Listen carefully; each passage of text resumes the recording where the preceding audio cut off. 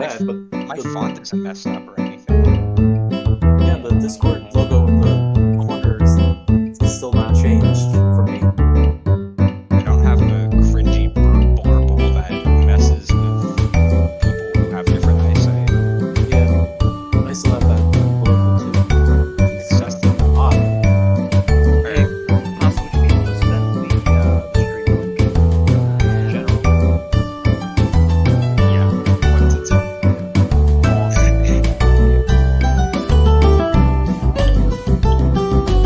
So the change is that I can now see Windows Edge. But that's it. Discord's still starting. I guess we'll be fine to just. I guess we'll be fine to just start. No, it's not responding. I think we'll be alright starting right now. The only thing Oh, here it is.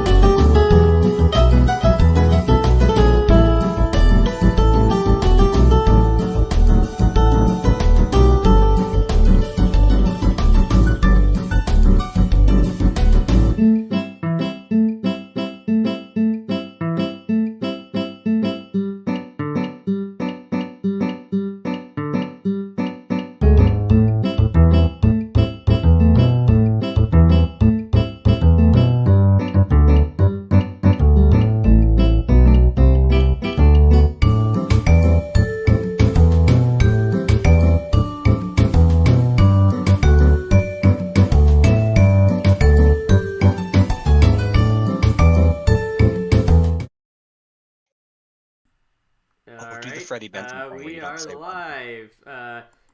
Greetings, everybody. My name is Pasta Guy. And Oh. here today with me, as always, is the wonderful Cupcake Paints. But also here today with me, we got a whole group of people here today, and that's because we got the devs of TS Underswap here with us. So thank you all for coming out to the show, and would you please introduce yourselves for people who might not know who you guys are? Because I'm sure that people know your AU more than they know you guys personally. Yeah, hey, I'm Beethovenus. I am the lead developer of Team Switched and the project lead on TS Underswap. I do art, writing, general planning, and everything for the game. Hey, I'm Chip Potato. I'm the art director for Team Switch Underswap, and I also do a bit of writing. Hi, I'm Ethos-Sun. I'm the lead musician for Team Switched Underswap. I really only do music, but I'm known for my synthesizer stuff as well. So Yeah. Yeah. As always, we have a bunch of questions that we're going to try and ask you, and we also we'll take questions from the chat. Which, by the way, thank you all for being here for us. Sorry, it's a bit later than usual, but to get all these wonderful people together, it had to be a bit later than usual. Yep. Yeah. Yep. Oh, Fine hey, by me. Voltra's in the chat. Hey, Voltra. Hey, Volt. So What's up? Howdy. Oh, yeah. So yeah, let's get this started. Let's get started with a simple one, the one that I've been asking a whole bunch of creators uh, every time they've come on here. How did you first find out about Undertale? Ooh, okay. Should we go one by one? Yeah, probably would be let's the just all go best. at once. Okay. So, um, oh boy. So, uh, the way that I found out about Undertale, I don't remember how I found out about it existing specifically, but my first exposure to it, I guess, was from this one YouTuber that I used to watch. I had watched him do a whole playthrough of the game, and I absolutely fell in love with it. I loved how charming it was. I loved the funny stuff. I loved the serious stuff, the emotional bits, the characters, the world, the art, aesthetic, music, everything about it. I just adore the game ever since then. Sounds good. What about you? What about you, Chip? I think my story is similar to Beef's. Actually, I don't remember how I came to know of its existence exactly, but my first exposure to it, like the game itself, was Fine Sauce Joel's playthrough. All right, and what Just about watching you? VODs of that. Yeah, so for me, it's funny because when I first came across Undertale, I didn't really register it as Undertale, or at least, kind of later on when I was reintroduced to it, I didn't really register that it was the same game. I initially came across it when Markiplier started his playthrough of it, and with the ruins, it just didn't really click for me initially, and I kind of lost interest after like watching 5 minutes into the video. But I remember later on, probably somewhere in 2016, getting reintroduced to the game, and that's where I really started to, appreciate the game for what it was and what it, had to offer. Yeah, the ruins are kind of like when you start playing it.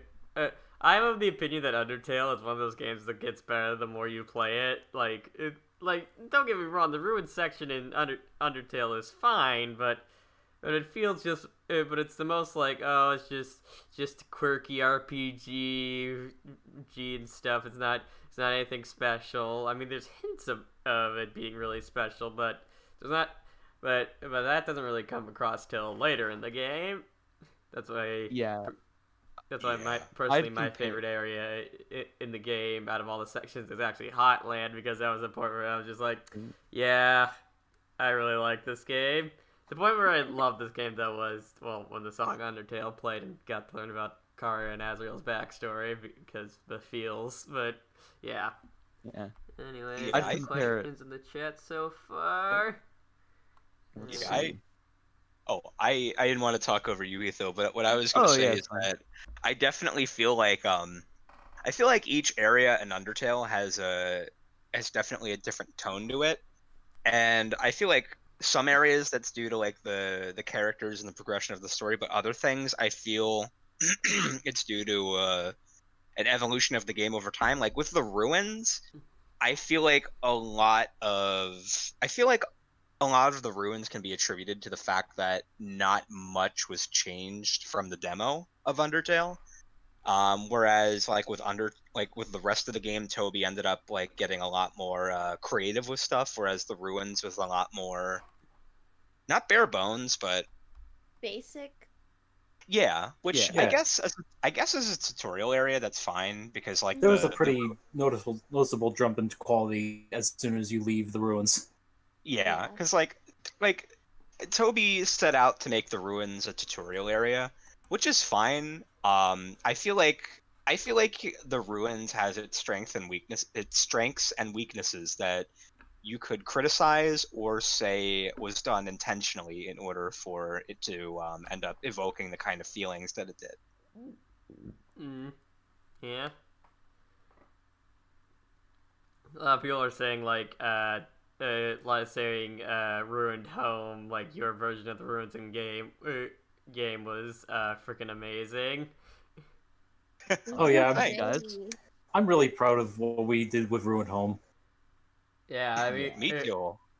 yeah, I mean, I wasn't expecting like, oh hey, there's gonna be, oh hey, there's gonna be like a freaking diner and a whole bunch of other stuff, a whole bunch of other stuff just in Ruined Home that's not usually in other Underswap stuff. It's like you decided to give like, hey, the Ruins is known as like the kind of like bit of Undertale stories, so let's try to spruce it up a bit. Let's try to make it more interesting. I mean, having the angry dummy chasing you for a good portion of it is also definitely makes it more interesting. Especially when it Yeah, goes all freaking Yeah. Deltarune on you out of nowhere. Yeah. What I'm really Oh no, it's okay. You can go. I'll go yeah, after you. thanks. What I'm really happy about with the demo and what we did with Ruined Home is that kind of what we sought to do was to try and preserve the feeling that came with what a lot of people had with their experience at Undertale, and kind of taking a new angle at it and adding our own flavor to it. And in doing that, I feel like we were able to really capture the ideas that we wanted to present in the area and kind of present to show, our vision for what the AU was in relation to what we saw out of Undertale, and really kind of developing it and giving it the same type of polish, say, like Deltarune has in its demo. So Yeah. I'm really happy that we were able to, get that sort of quality out of not only assets for the game, but in developing a plot line for the game. So Yeah. if there's something I'm really happy that we did as a team, and I'm really happy we were able to present to our audience, it's that. Yeah, Yeah, Undertale. Like what I noticed while watching. Spoiler. I only watched the TS Underswap. I didn't play it myself. Sadly, the demo anyway. While also looking at some of the wiki and stuff to help me get more acquainted with some stuff that happens later on in it supposedly happens later on in the story after the demo and stuff. I just Undertale is known for like the game. It's like there's like so many little bits of information and stuff that like you don't notice like the first time through or get added in on more playthroughs and stuff. But and I really got that same feeling with that in the TS Underswap. It's like there's just so many little things that I'm just like, oh, I didn't notice that. What's that? That's interesting and stuff. That if I was just playing like just like trying to get through it as fast as I could while also still like reading the story and all that, I probably wouldn't have noticed. But since I was a third person like watching it while watching Goddard Boy stream of it.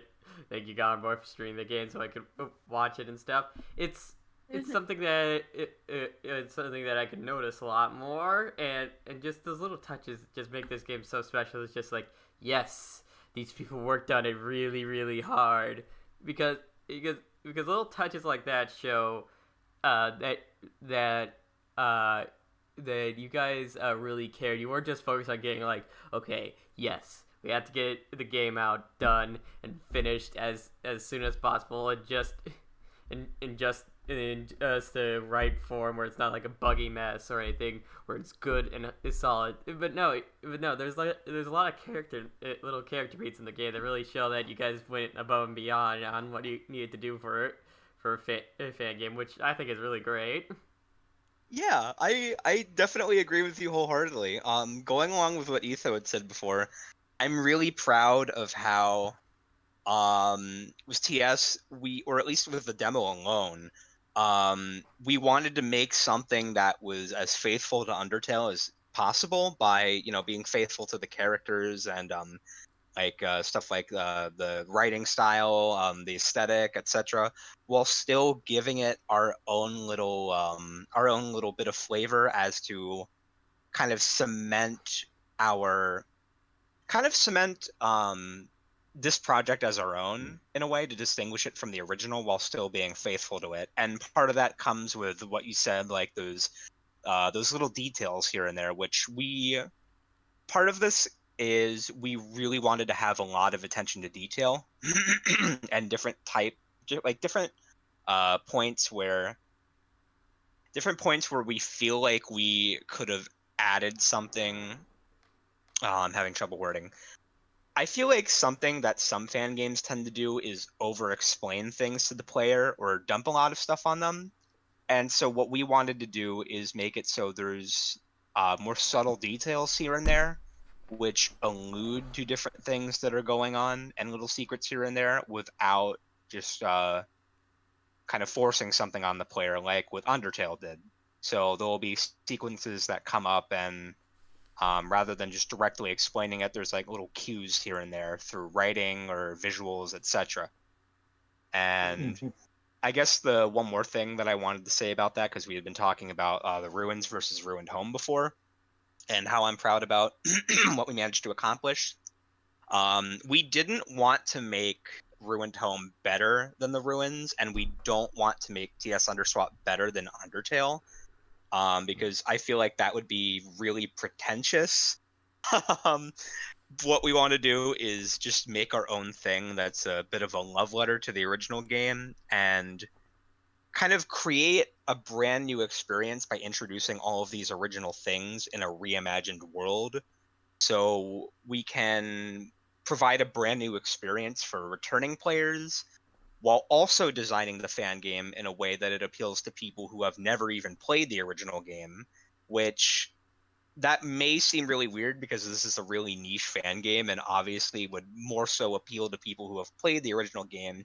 But what we found is by designing TS Underswap as a player's first experience rather than knowing all of this information about the players or about the characters in the world coming in, is that we can reintroduce these characters and things about the world, but also expand upon them without completely rehashing it or making it boring or anything.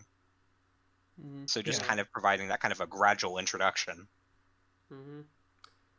Volt in the chat asks, how do you guys feel about people asking about spoiler content? That is actually a really good question before we go on into deeper stuff. The official question list we have doesn't really have much in spoilers except for you being like, oh, what's a bit that you wish you could describe but you can't because it'd be too spoilery and stuff. But yeah, how do you feel about this spoiler talk in this live stream? I'm gonna let Chip answer this one first because I just went on a huge spiel there. So I'm gonna let Chip, then Etho, and then I'll answer. Spoiler talk, I think, is fine as long as there's a forewarning, beforehand, I guess. Who just joined? So if you haven't Forgot. Oh, it's SKL. I forgot. Oh, hey. SKL. Hello. Flip. I'm so I forgot. I didn't expect you were gonna be here. Hey, you're still. We still haven't even reached the 20-minute mark, but you're fine. You've had it. Here at Switch, we just have developers falling from the sky. Okay. So the context was I was watching Lost Bits on Sonic 2, and then I saw a ping from Team Switch. I was like, oh, I'll come to it later. And then a couple of videos later, I'm like, oh, it's almost 11. I should probably check the ping. I checked the ping. Hey, we're live. Wait, oh shit. Oh god. Surprise. Yeah. Surprise. Well, welcome to we've not gonna lie, when you first came in, I was just like, oh geez, who is it? It's because, not going to lie, we've had it so a lot. There have been a few times where people have just bombed into the street, into the voice chat from other. That's not good. I'm so sorry that happened before. Yeah. Welcome aboard. It You was interrupted fine Chip. and stuff. The only problem was that it's just like, Costa just has to add the social links every time. yeah, like, yeah, that's right. That's right. If any of you watching this who are on the Determined podcast server are thinking about doing that, just know that I will have to fill out all that stuff because I'm the one who does all the technicals around here. But yeah. So yeah, back where we were. yeah. Yeah, back to the talk about spoilers. I think I just answered, and I think Evo's going next. Well, Oh, yeah. yeah. I'm of the opinion that spoilers are no fun, but mainly for major plot points. If there's like little tiny things that won't necessarily spoil a future experience for a player, I think that should be in the clear. I don't really see a problem with that. Yeah, I'm in a similar Got our boat. boy bomb incoming, JK. Unless no, actually, just kidding. Hey, Connor, if you want to get in on here, I'm not gonna hate you too much. Just know that it's gonna cost me like 5 minutes, just like being like, hey, gotta pull up your Tumblr and your DeviantArt. I think it would be more. I think it would be better if we just kept it to the people we have now, though. Yeah. Yeah, no, we're good speaking here. speaking with SKL, could you introduce yourself because everyone else did? Yeah, sure. Hi, Yeah. I'm SKL. Could you And what could you go a bit more in detail on like what you Agreed. do on the project? What do you do Well, for the the full name project? is Super Curvy Leveler. Super I yell curvy at beef. because- Okay, what I do is I provide art, I provide writing, I yell at beef, and then that's So you're Very nice. super Cut so out that- at the end, which made it even better. I mean, that's that all was you the the best. do. So Yeah, but like- SKL. So that stands for Super Kirby Lover, if I heard right. Yeah. Well, Yeah. I'm also a big fan of Kirby. I have Meta Knight and King Deity looking right at me, or at least the plushies of them right now. And Funny story, I used to be a super huge fan of Kirby. Nowadays, not so much. It's not really a thing I'm super into anymore.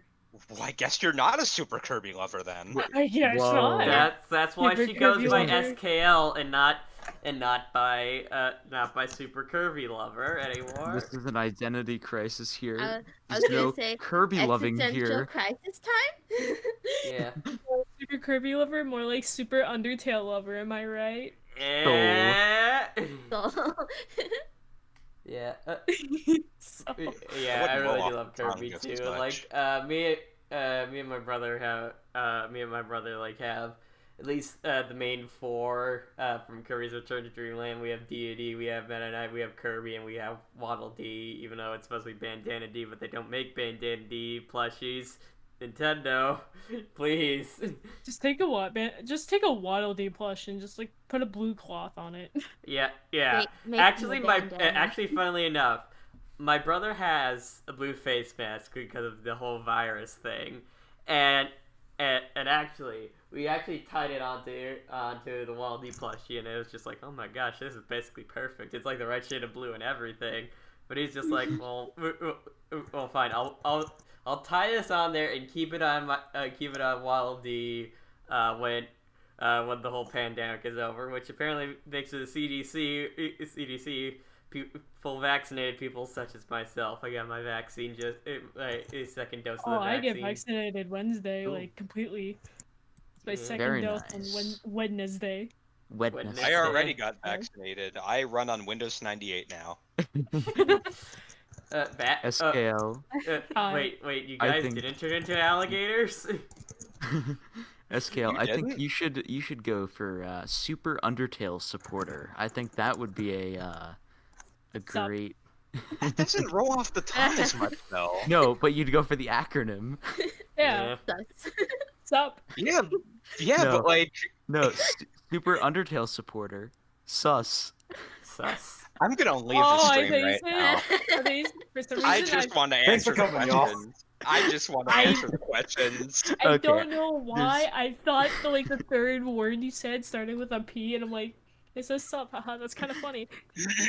there's a question I saw in chat that I thought would be fun to answer. forgot. I should Goner be checking. Boy asked, how did we meet / get together as a Ooh. team? I think that would be fun because it's kind of like a slow gathering up of the team into what it's finally Yeah. coalesced into. So that's Oh, actually a yeah. pretty interesting story, and we could kind of go through that. And that starts with Beef, I'm pretty sure. Yeah, out of all the devs here, I'm the one who joined the team first. So as much as I wanted to answer the last question, I know that it's like there's a lot of stuff to answer, so I'm sorry to gloss over that. But with this one, the way that I joined, I gotta clear my throat sec. Okay, so the way that I joined is I think back in 2016 it was, and I had been into Undertale, and I started getting into stuff like AUs and Underswap and stuff, and I think I think at the time I had been running a roleplay blog for the Skeleton Brothers, I think, and one for Burger Pants. Bants. And Burger Bands. I've been That's my getting into favorite stuff like- Undertale character, along with Frosk, Turiel, and Asgarel. Yeah, they're all my favorites. Oh boy. But at the time, I also started experimenting with pixel art for the first time, and I was making custom talk sprites and everything. Which I feel like for the time that for my first tries at making sprite art, it was definitely better than it could have been, but I feel like I've definitely improved. Either way, I ended up finding about I think it was Salty Pretzels. I think first it was Salty Pretzels April Fool's Underswap mod project, which I asked him if I could join. But he hadn't revealed publicly that it was an April Fool's joke. So I forget what his response was, but ultimately I ended up like not doing anything for it. And then I ended up finding out that there was an Underswap fan game. And at the time, I think Gran was the leader at the time. And I ended up joining I actually there's a Discord, and I had never used Discord before, so I actually created a Discord account solely to join the Team Switch server. And I had joined, and I got involved. I became part of the community, and then one of the team members had ended up quitting and taking their assets with them because there was like oh my god, this was a long time ago. There was just some kind of like a misunderstanding, or like I think it was they were perceiving jokes as serious design decisions or something akin to that. It had been really petty, but past is the past. And that's not indicative of who they are today. But I ended up joining the team in order to help replace the assets that they had revoked, and also as a writer. And so yeah, that was back in like I'd say early 2016, like around actually no. I want to say it was mid 2016. And I ended up becoming one of the lead devs. Back then it was Gran who was the lead. I think she was the lead artist and just the general lead. And then Robin Blend was the lead musician, and then I was the lead writer. And I ended up taking a year-long break at one point because of personal stuff. And then by coincidence, someone had reached out to me. I ended up rejoining the Discord, talking with people. And then again, by coincidence, I was asked to rejoin the team. And then again, by coincidence, I was asked to step up and replace Grant as the lead developer because stuff for a while. Development had been really slow and not much was getting done. And when I rejoined the team, I was immediately doing things and trying to get people into action. and so Gran ended up asking me to take over as the team leader. And since then, I tried to make sure to steamroll development as efficiently as I could without, with like making sure that I wasn't crunching people or, like having everyone efficiently work as a team and get stuff done, but at the same time being really flexible and understand it was just a fan game project and this wasn't the end of the Being world. considerably efficient. Yeah, and 2 years down the line, we made a brand new demo from the ground up, completely new coding, brand new writing with reincorporation of some of the ideas from the older iterations, brand new soundtrack with some returning songs, mostly completely brand new assets, and really satisfied with how everything's been since then. Not the shit talk piece, but you're a really great leader. Thanks. I try my best to be. I don't want to What a guy. Yeah. I'm sure people already know this, but I work occasionally on Save a Gunner. Not so much these days, but from my experience, Beeth is really fucking good at leading shit, and it's really nice. Yeah, cause like you're always super nice about things, but at the same time you're like you really want to get things done, and I get that, and it's really nice to actually have like not like pressure, if that makes like actually be like told, hey, do this. Yeah, I want like- to. Yeah, I want to make sure to be as flexible as possible with people, while Yeah. also like, I mean, us and the other directors, we want to make sure that we understand how long this project is going to take us to see through to the end. Because if we spend too long working on this project, it'll interfere with like this words. Okay, so we want to be realistic about this project and understand that we want to get it done in a relatively shorter amount of time than longer, but also make sure that we're not rushing things and sacrificing quality. But we also want to make sure that we give people the leeway that they need because it's just a fan game project and we're not doing this for profit. But part of the reasons why we want to make sure that we're getting this done within a reasonable amount of time is because this project is not sustainable, and especially like monetary wise, and especially since we eventually want to move on to making like original games. We want to make sure that we're not spending forever working on TS Underswap, but we still John really Boy want to. Dev. Oh, let's not get into stuff right Sorry, now. I was just joking. No, it's okay. I don't want to. We don't want this to be a drama channel. Hashtag I don't want to bring drama alert. into a happy stream. I don't want to bring drama into a happy No, stream. I know. I was just joking for it. Yeah. I I get don't ya. want to become no I man. mean, to be fair, like with you guys, it's like with you guys, you guys have done a lot more than a lot of Undertale. A lot of Undertale fan developers have. A lot of them just like make like one or two like boss battles, and then everyone's just like, you gotta make a full game, and they just go radio silent. Let us not. Which there's nothing wrong with just making one-off fan battles and everything. It's just with what we want to set out to do, we don't want to just make a bunch of disconnected battles. We want to make a whole coherent story that's faithful to the original game, and connect everything together fluidly with like overworld segments and puzzles and chases and everything. Like we want to make sure that we're not just. We don't want to just make a bunch of action sequences. We want to tell a story, which I feel like that can be applied to pretty much any kind of. I feel like that's something that even more than game creators, I feel like there's a lot of creators in the fandom who focus a lot more on actiony things than coherent stories that faithfully represent the characters and kind of organically tie in with things, which that's what we want to do here. Yeah, like Awesome. your sense of writing and stuff. It reminds me of Lynx Griffin, who I don't know if any of you know this, but she is the creator of Dogs Future Past and Paper Trail, both wonderful stories. Yeah. Go read them if you haven't. Yeah, I love Lynx's stuff. I read the entirety of Dogs of Future Past, and I loved it. And I've been following Paper Trail, and I love that too. Yeah.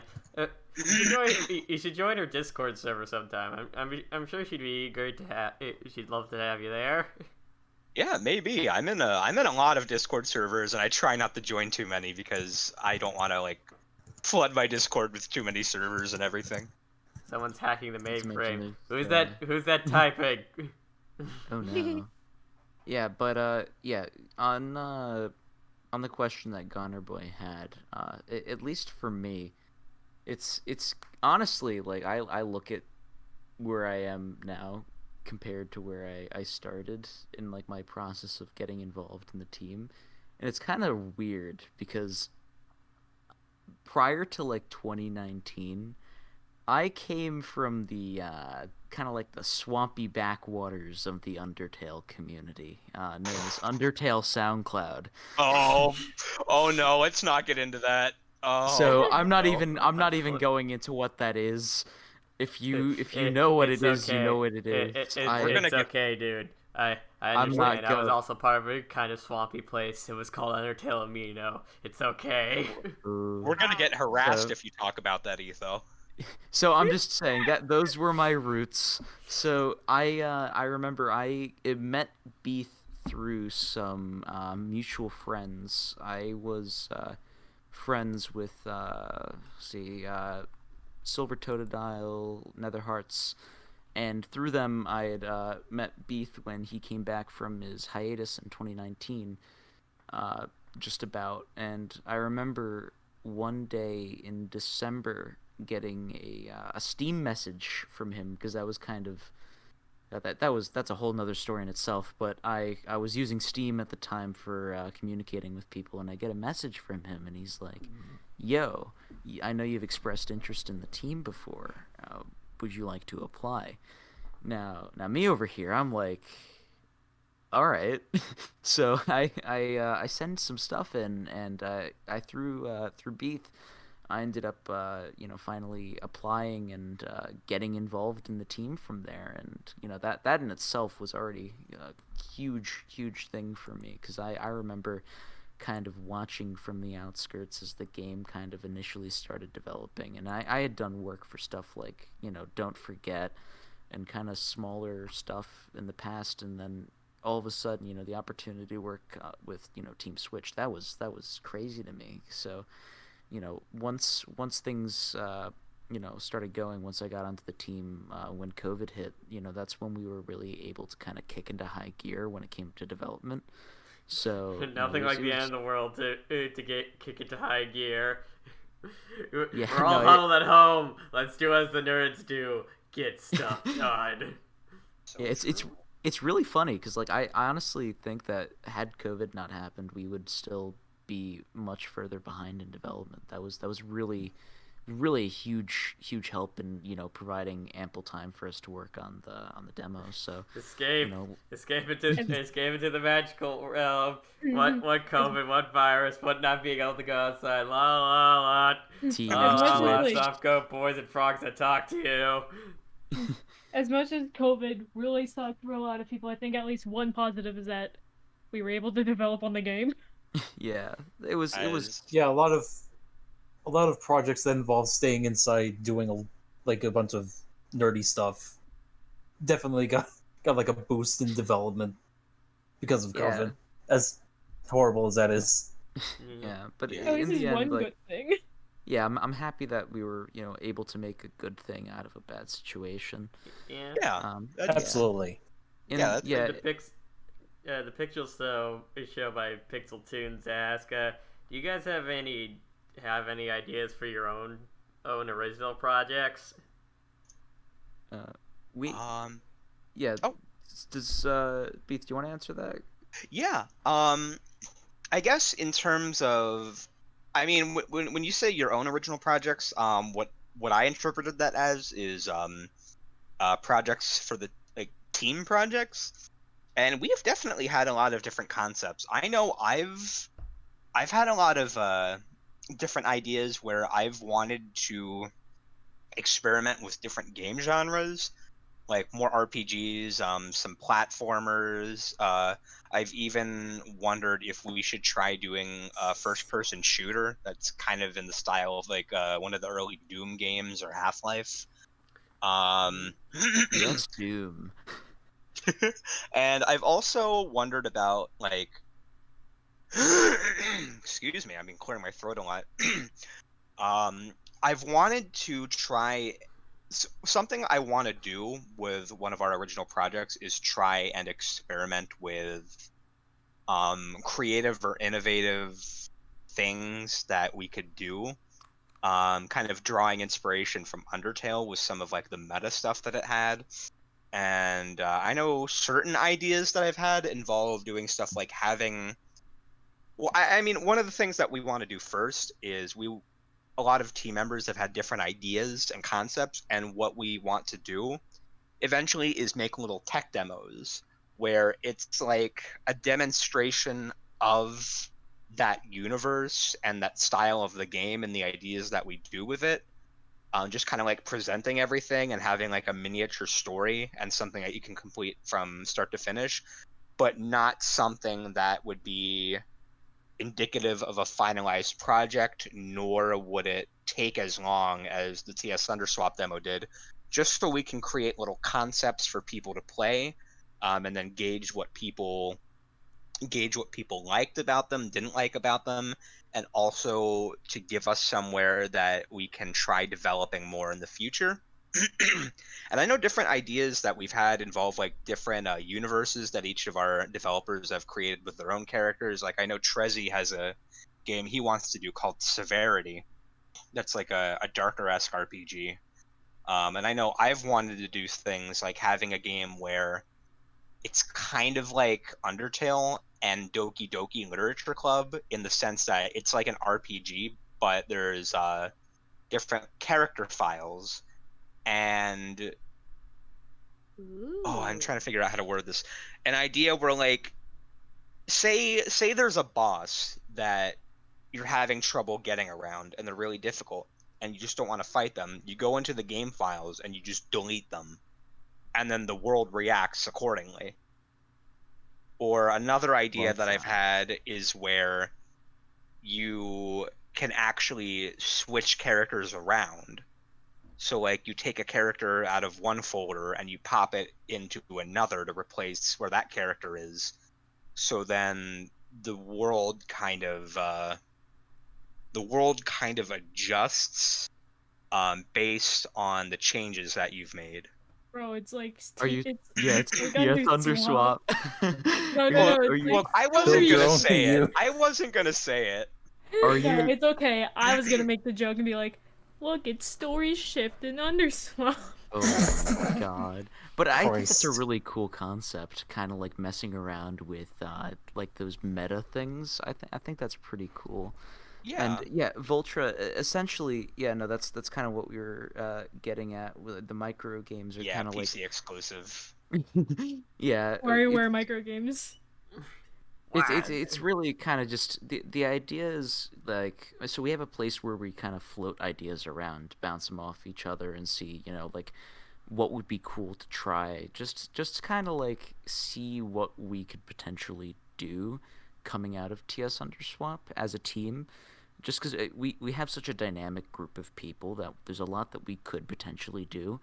And really what it is past TS Underswap we're trying to do is find what other niches we could potentially try to fill when it comes to what we're developing. And that really comes as a matter of what we're able to develop as a team and gauging the interest of our audience. Yeah. And going along with the meta thing, I would want to do it in such a way where it's not like I don't want to do it in a way where it ends up coming off as generic or like, whoa, you have to go into the mainframe and switch things around. I want it to be something that's organic to the game and not just a gimmick. Yeah, that kind of reminds me of like a kind of meh example of like oh, it's so meta and stuff is super hot. I love that game. It's really fun and all that, But the point where it's just like, oh, you gotta quit the game. You gotta quit the game, or you gotta quit the game before I let you continue and stuff. And I'm just like, okay. It doesn't really feel like I'm out of control. It just feels like it just feels like I'm. It just feels like I'm like doing like an extra step to continue onwards more than anything. Yeah, like ideally with the different game concepts that I discussed, I'd want it to be where you can complete these games from start to finish without ever doing anything with these meta themes. But if you were to explore and look into it, you'd be able to mess with it and then figure out that there's something there. So not like putting it in your face, but having subtle things here and there. And then I know when Voltra mentioned a PC exclusive with some of the game ideas that I was talking about, I figured that a way around that potentially could be inputting some kind of like a Konami code kind of thing, where like you put in a secret code by pressing buttons on different platforms, and then that opens up like a kind of a terminal-esque thing, or like a mock-up terminal thing where you can like go through fake files and like delete stuff in the game. So that could be like a potential workaround for some of the things that I was discussing about like actually going into the game files and deleting things, where it's more so an emulated thing where it's just like an in-game terminal thing. For a second, you were about to, say that we were gonna have players going in and doing like command line stuff, which is No, God, no. God, no. God no. Hey That's for guys, elite gamers only. have you Pain in have the you guys ass. read up on Java or HTML or any other Joke's on programming you. language? I only know You ha- Hula. Well, I if know you C haven't, sharp. then you're really screwed with this game. Hey, if you delete System 32, you get the good ending. This is like Python prerequisite in order Yeah, to play the game. Yeah, you know what that sounds like? It sounds like the person when I used to play Minecraft, Hunger Games and stuff, where a lot of people in the chat would just spam like all that for free diamonds. I'm gonna say one more thing about this question before I let everyone else answer, because I noticed I'm done talking a lot. I generally just have a lot to say, so I'm sorry about that. I'll be sorry. The last idea that I know we've discussed about doing that I really want to do with some of our games is if you know how Deltarune is kind of like, Deltarune takes Undertale's characters and puts them in a completely new world and gives them new lives and everything. And something that I would really like to do and other people on the team would like to do is taking the original characters that we've created for TS Underswap and putting them in a brand new world with a brand new story. So like, like having a game where like there's the evil dastardly Coffin K, or having like a Shovel Knight-esque game where you play as the Ruined Knights or something, or like, just using using the original characters that we've created in brand new ways. Volt Cannon AU. I mean, technically, yeah. Yeah, pretty much. Other franchises have been doing that for years, like like the What If stuff with Marvel and the Elseworld stories in DC and all that. Yeah, and I mean, we've even had ideas for TS Underswap that we ended up cutting, but have discussed turning into elements of original games. Like, I probably can't. Yeah, I can't say what it is that we cut, because that's going into spoiler stuff. But I mean, the devs know what we cut, and Colin, I know that you know what I'm talking about because it was a major thing that ended up it revolved around a certain character, and I ended up coming up with the idea that could turn into one of the concepts that we had for a game. But we do stuff like that even, because I mean, for TS we constantly reutilize scrapped ideas, or reincorporate. Like, I don't like scrapping people's hard work. So a general thing that I like to do is whenever somebody comes up with something or makes something, I like to incorporate it in some way, even if that wasn't the intended way before, by making little compromises here and there. or just like little Easter eggs or secrets or something. Like something we did is make all of Sans' old designs canon as his prototype superhero suits. But yeah, that's all I have to say about that question, and I will let everyone else answer, and then we can go on to more questions. Yeah. Okay, so I can't say much about my own project, but I had something I was thinking about doing for like since 2017.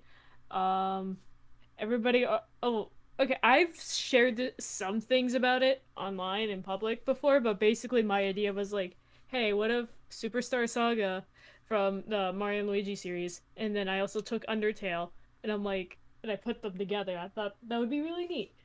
And I've been working on that on and off for the past couple of years.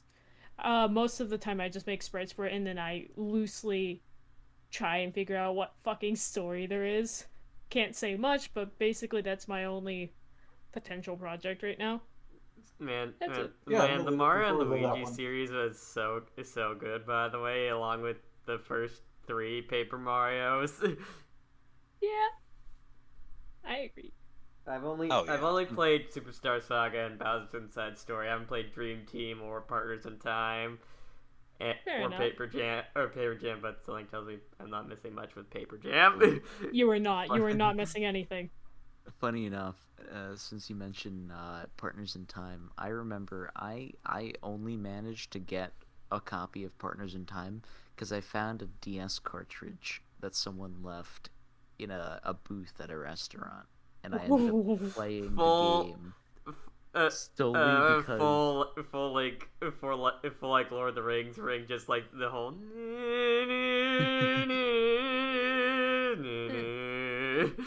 But yeah, in terms of original project stuff, I don't have any thing too much that I've kind of been bouncing around as an idea with the team. I know that I have a personal project idea that I've had for a while that kind of takes elements from like things that were happening with Metal Gear Solid and kind of putting that into an RPG sort of format. Taking that. I don't know if any of you guys are familiar with Katana Zero. That's kind of another source of inspiration for that. I don't even know where to go with it. It's kind of a very underdeveloped idea, but we'll see if eventually that can come out of conceptual development hell and become a rough gem. Yeah. I understand. Alright, is that everybody, or are we missing anyone who has any side projects that they want to talk about? I think I'm the only one who hasn't answered, and I don't really have any particular Okay. side projects of my own. Yeah, I mean, me personally, I have like, as a writer, it's just like every other day. It seems like, but what if this story? And I like make a blank Word document for it, and then then it's just like I'll get back to that later, sometimes meeting years later. Yeah. The biggest idea I've had recently was basically, hey, I am, as pretty obvious by my profile, a loud and proud furry. Thank you all for still being with me. I'm not the type of furry to go like whoa, whoa or ooh or anything like that. But yes, I or wear fursuits because fursuits to me are legit terrifying. But I do. I mean, have you seen their eyes? They're dead. But yeah, anyways, yeah. I thought, hey, what if there was a grand epic, like Tolkien level story? Because I most recently, because I rewatched the entire Lord of the Rings trilogy with my brother because he had never seen the Lord of the Rings trilogy before, except for the first one. And yeah, I watched that. I was just like, what if there was like a grand epic fantasy story like that, on the lines of like something like Tolkien and stuff, but with like Anther characters and stuff.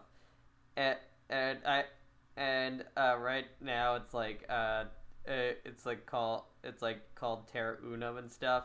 And it is much like Tolkien, where the first story in the line is it starts out very much more removed and stuff from like the main trilogy of books and all that I plan to write. Like it has a lot of the same major characters and stuff, but that's about it. And and yeah, all right. Let's go into you know. Uh, Yeah, I was gonna answer Goose the Honker. Add a question real quick. It's a very quick answer. Your save files from the first demo will be compatible with the second one, but it's your choice to revert if you want to. Yeah. Yeah, the thing, the thing with the system that Colin has created is that save files are transferable from the first demo to the second demo and onwards. Like, we are going to have it, so you will be able to continue using your save file and everything. It's just that you won't be able to downgrade. So if you can still continue using your save file from demo 1 and use that in demo 2.0, but you won't be able to use a demo 2.0 save file in demo 1.0, which I think that's kind of a given. So yeah, It's kind of like updating a game on Steam, but with extra steps.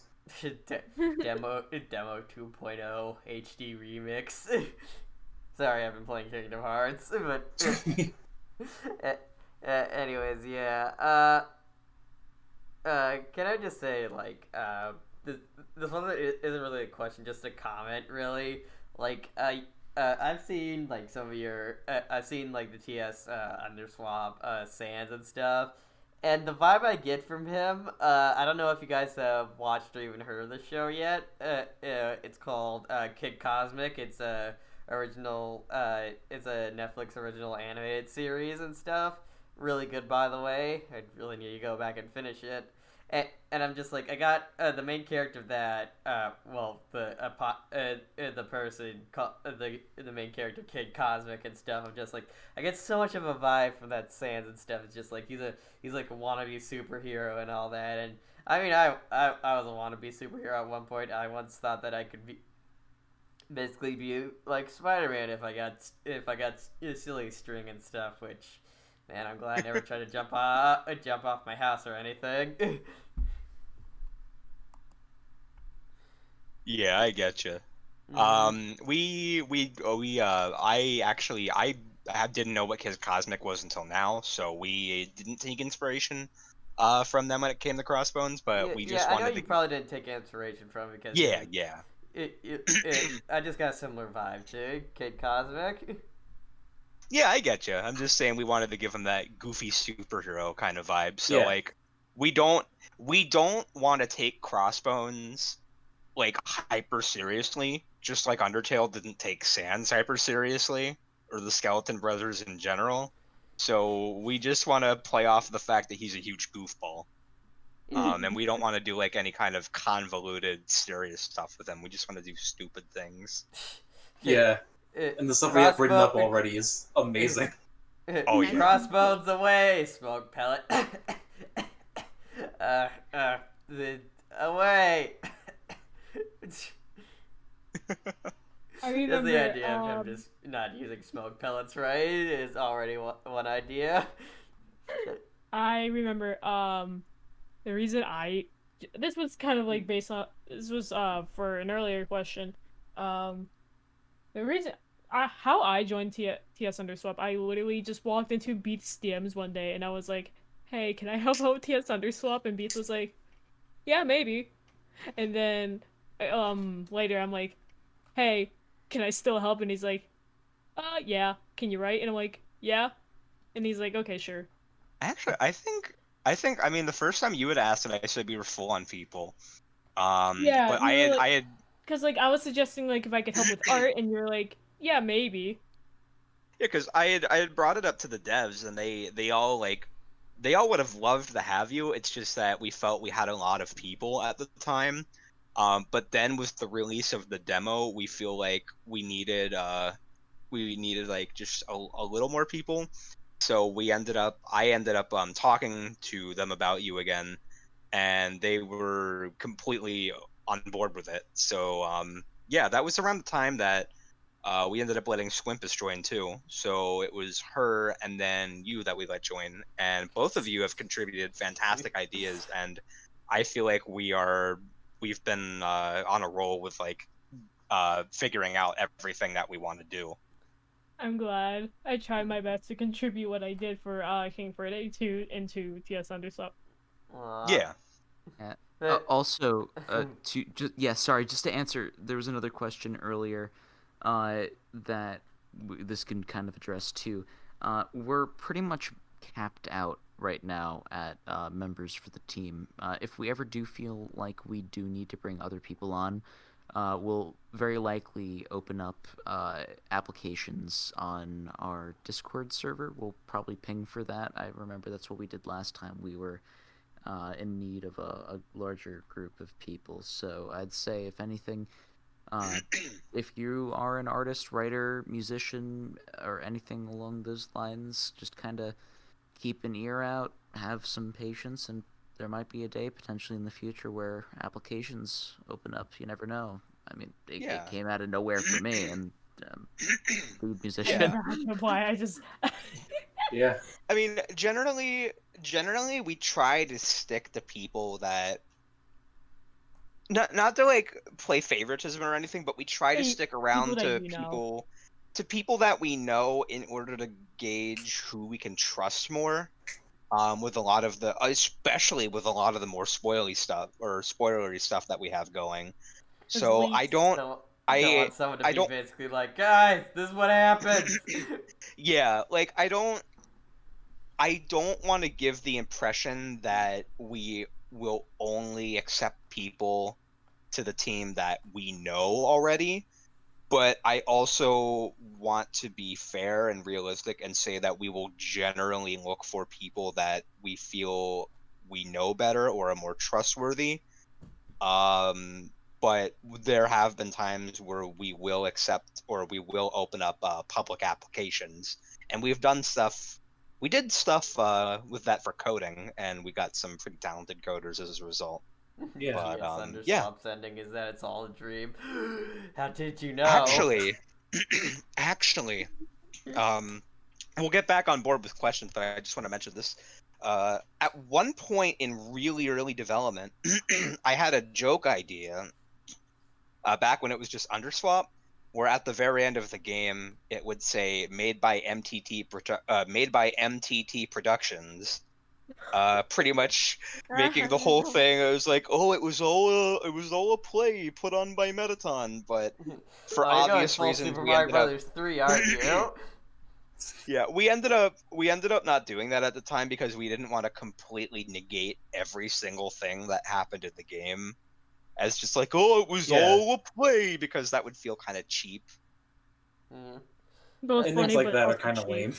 Yeah. Yeah, while it is funny, it's honestly just really cheap and ends up negating all of the characters and everything, which it's really like it's fine. Everything.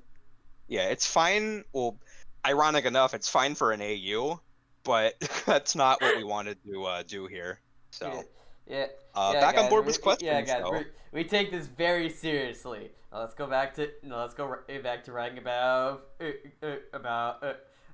frogs that have frogs that can somehow speak clear English. You're good. Yeah. Anyways, yeah. Okay, so not gonna lie, you guys did answer a good amount of questions while you guys were just quote unquote just going off the cuff. So yeah, here's one question that is like really simple and stuff to get us back into the swing of things. Why are you called Team Switch? Because we switching things up.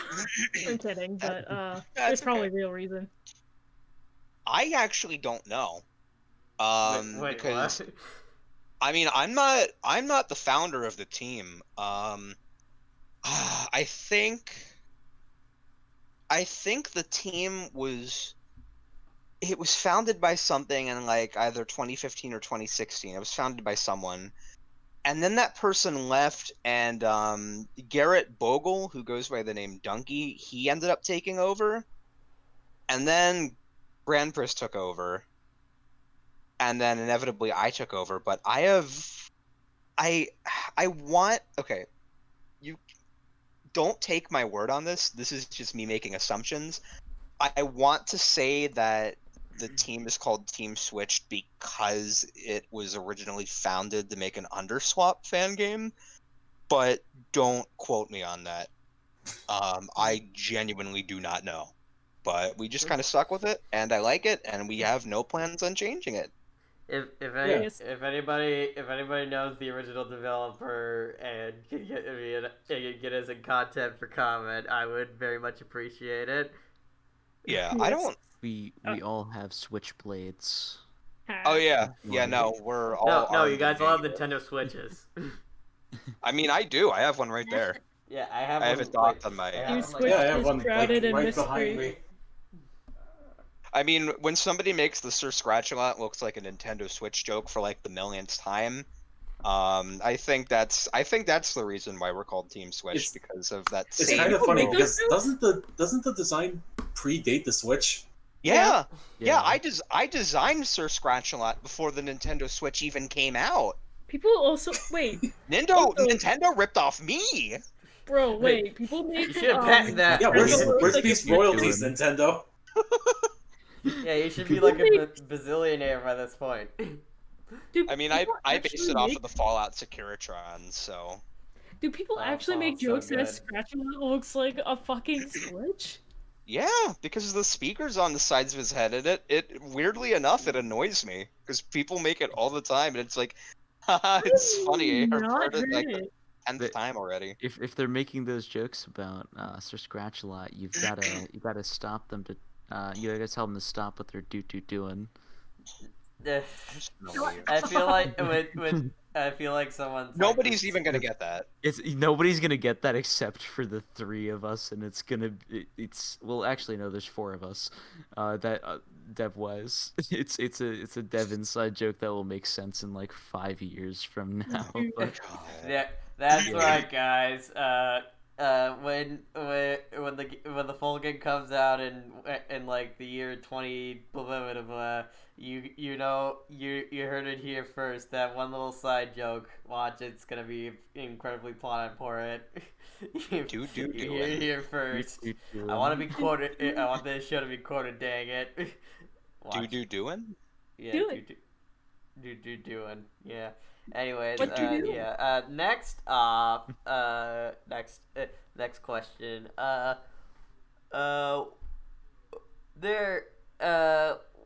This actually relates to a question that was actually asked in the chat earlier. What have been some of the most difficult aspects of creating this fan game? Ooh, I think.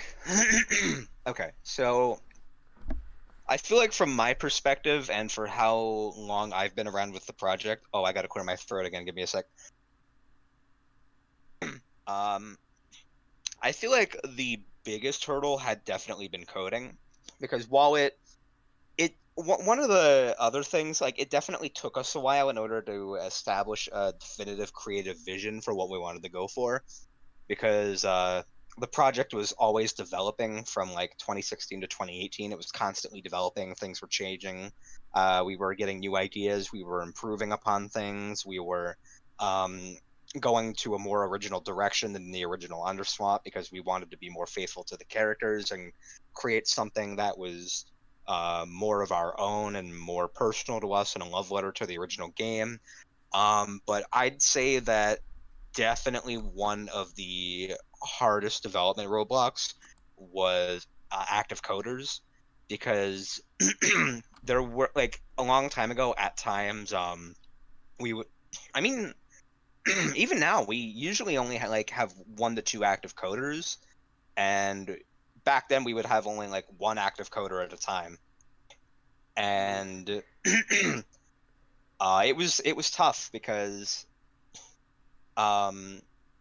the old builds that I have, at least, there are a lot of bugs, and there are a lot of broken things, A lot of them aren't finished. There's a lot of rooms, but like the puzzles aren't finished, sequences aren't finished.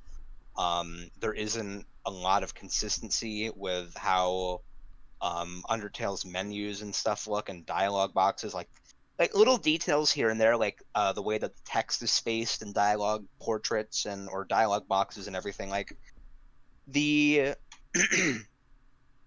the current iteration of the demo is the result of the hard work and dedication first of Ali, who had actually started making the basis for the engine, and then Colin, who came in. And I know that you're watching, Colin, and I gotta say again that I am always going to appreciate just the amount of hard work and dedication that you have put into pretty much making the entire engine for TS. And not only that, but making it so faithful and accurate to how Undertale looked and felt, include like down to deliberately breaking the movement code to re-add the wall dance glitch. Like, Oh yeah. the amount of dedication that you have put into this project is astounding. And while this project wouldn't be what it is without like when it comes I mean, this project wouldn't be what it is without any of the departments we have. Like, if we didn't have the writing department, it wouldn't be what it is. If we didn't have the art, the music, the coding, like everything is important in its own way. But coding is especially important in order to Yeah. actually craft all of that together and make the game itself.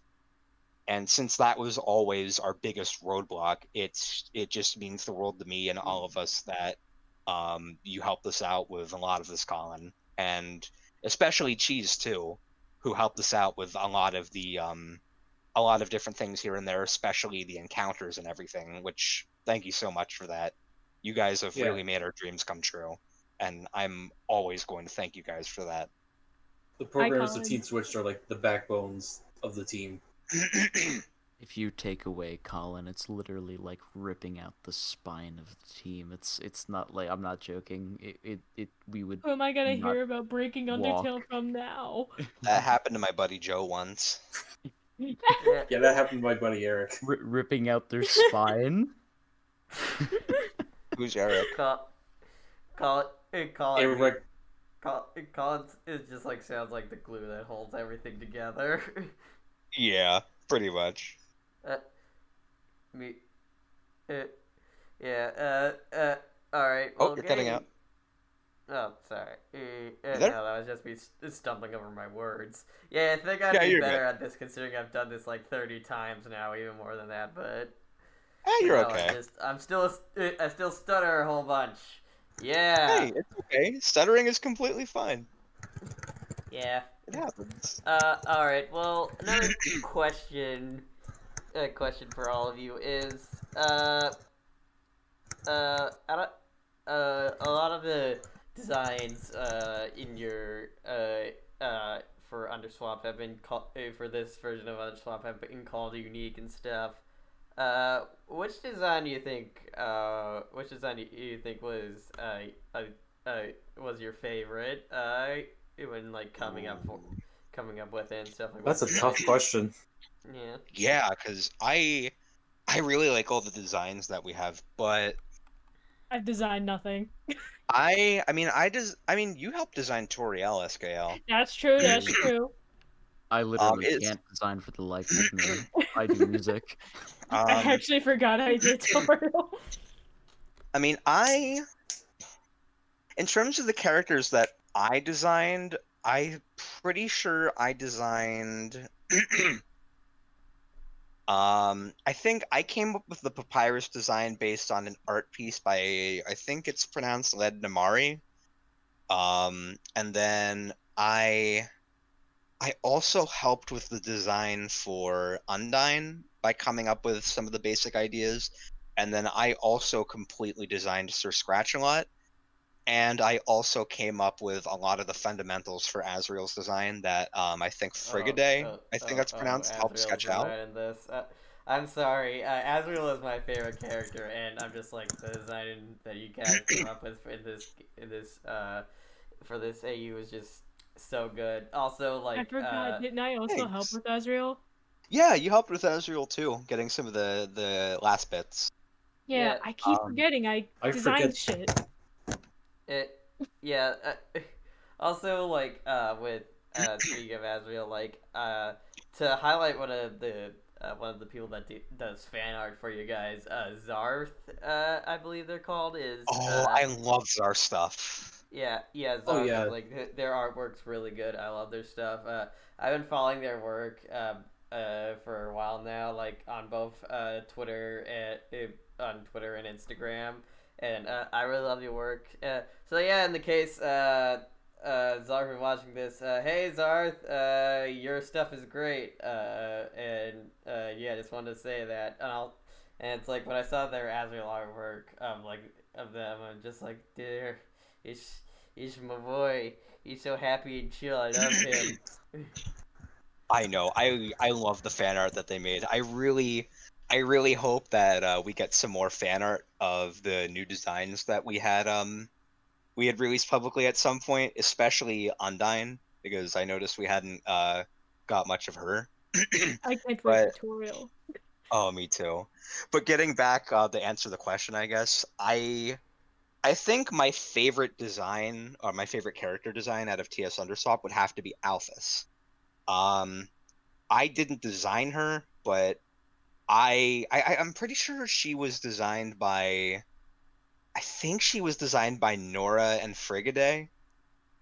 Um, but don't quote me on that. I'd have to ask them. Office looks great. But Alphys has got to have my favorite design because I feel like it's so true to her character, and it's absolutely perfect with the kind of role that we wanted to give her in the story, where instead of having her, like how Undyne is hands-on in Undertale and has a spear and like directly fights you.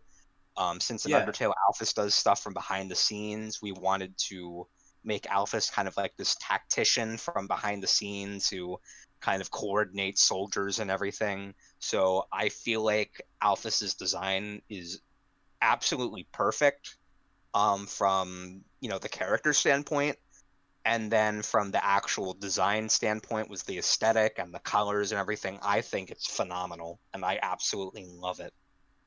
yeah. I honestly, I was about to say Alphas too, for pretty much the exact same reasons. My favorite designs are Papyrus, Crossbones, and also Toriel, but those are also my favorite characters, so I'm biased. Yeah, my favorite designs are well, I just love the greasers. I love what we kind of Oh did yeah, and Greasers! designed Oh them. yeah, I Oh yeah, designed them. Axel. Yeah, they're honestly like Beef. I love what you did with Axel, Norman, and I just like their whole vibe on the whole. Like I think you did a really good job with that and kind of what they evolved to by the time that we were pretty much wrapping up Ruined Home.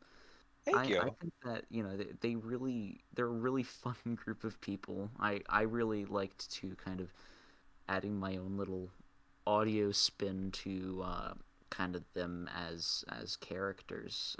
Not even just in like music, but like even if you're a perceptive player of the game and you like trying every little thing in the game, you'll notice if you hit Axel, the hit sound is it's sampled from Elvis because Oh yeah, right. Axel gives me like a very Elvisy vibe. So yeah, that's your little sound effect tidbit for today. Yeah, yeah. Axel's You know pretty what much I thought Elvis. of when you said Elvis? I thought of fucking Johnny Bravo. Like that's kind of like they're all cut from the same general type of character type. Yeah. The whole suave, greasery type Pompadour. pompadour. Pompadour. Yeah, and I forget what my inspiration for the greasers were, but I know that's something I wanted to do as TS, and I did this with the Ruined Knights too.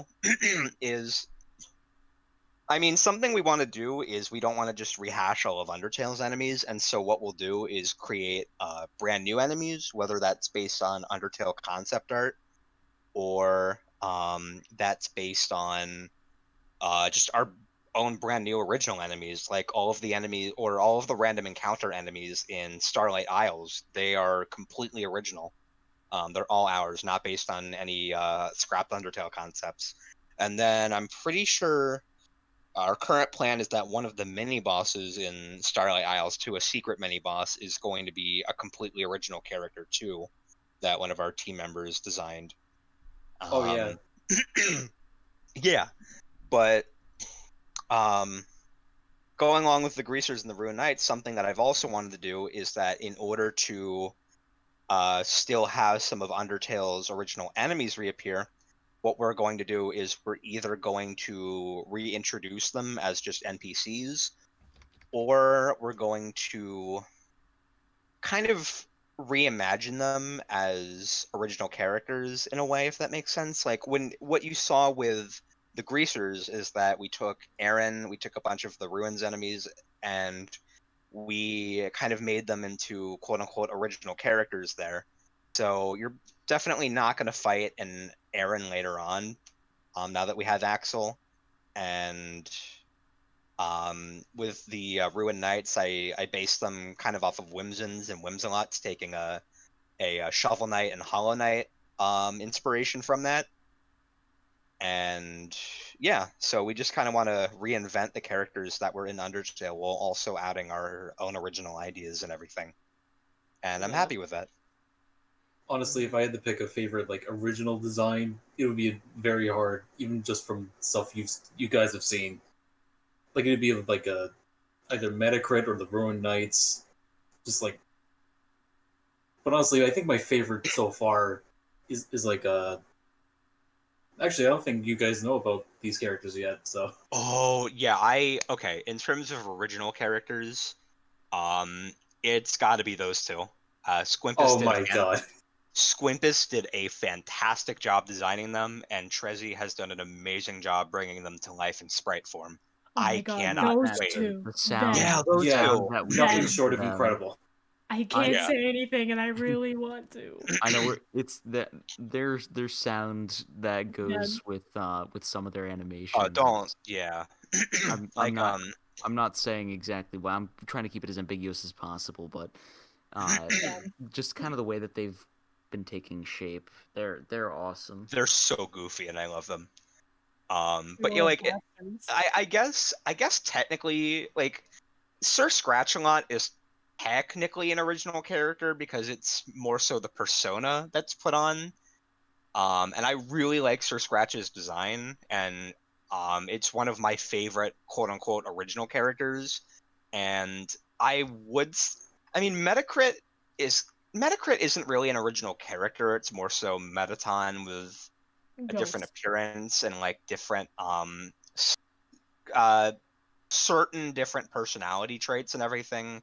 But I do consider that like an original design because the other characters are like clearly based on like an original look with added stuff to them, whereas Metacrit is more of like an original thing from the ground up. So I really like Metacrit and I love Sir Scratch a lot. But I'd say that my like favorite character designs have got to be Coffin K, which Treppy designed, and then those two dudes that we haven't shown yet. Yeah, And that's not even taking into account like the later game original characters, like the one in the ones that appear in Crystal Springs and Boreal Bluffs. I love those, and I can't wait to flesh them oh out more god, yeah. appearance. I can't wait to flesh them out more appearance and personality wise, especially with their connection to Undyne and everything. I can't wait for things to become real. Me too, man. Team There's Switch so is going many to become things real it's just someday. like I can't wait for this thing to be. I can't wait for this thing to be finished and done with in like a couple years.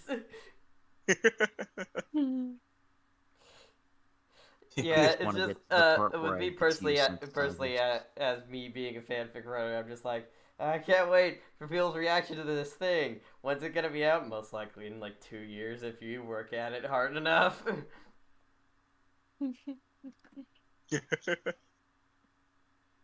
Oh, by the way, if you hear like something in the background of mine, that's just my cat. Oh, you have a kitty? I have a kitty. She's going to the litter box right now. Aw, what's her name? Trixie. Aw. She's a calico. Chat, say hi to Trixie.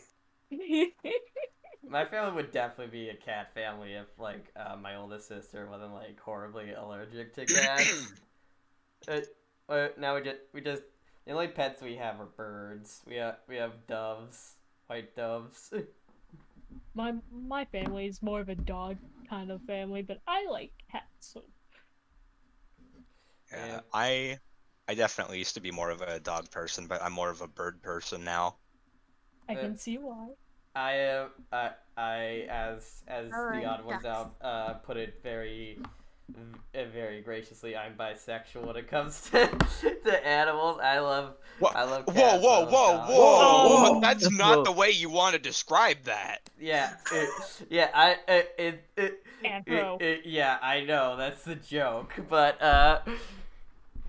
yeah, No. cat. Oh man, if we ever actually get popular enough for like determined podcast out of context, that's gonna be a great clip to use. I would love a clip of that. Yeah.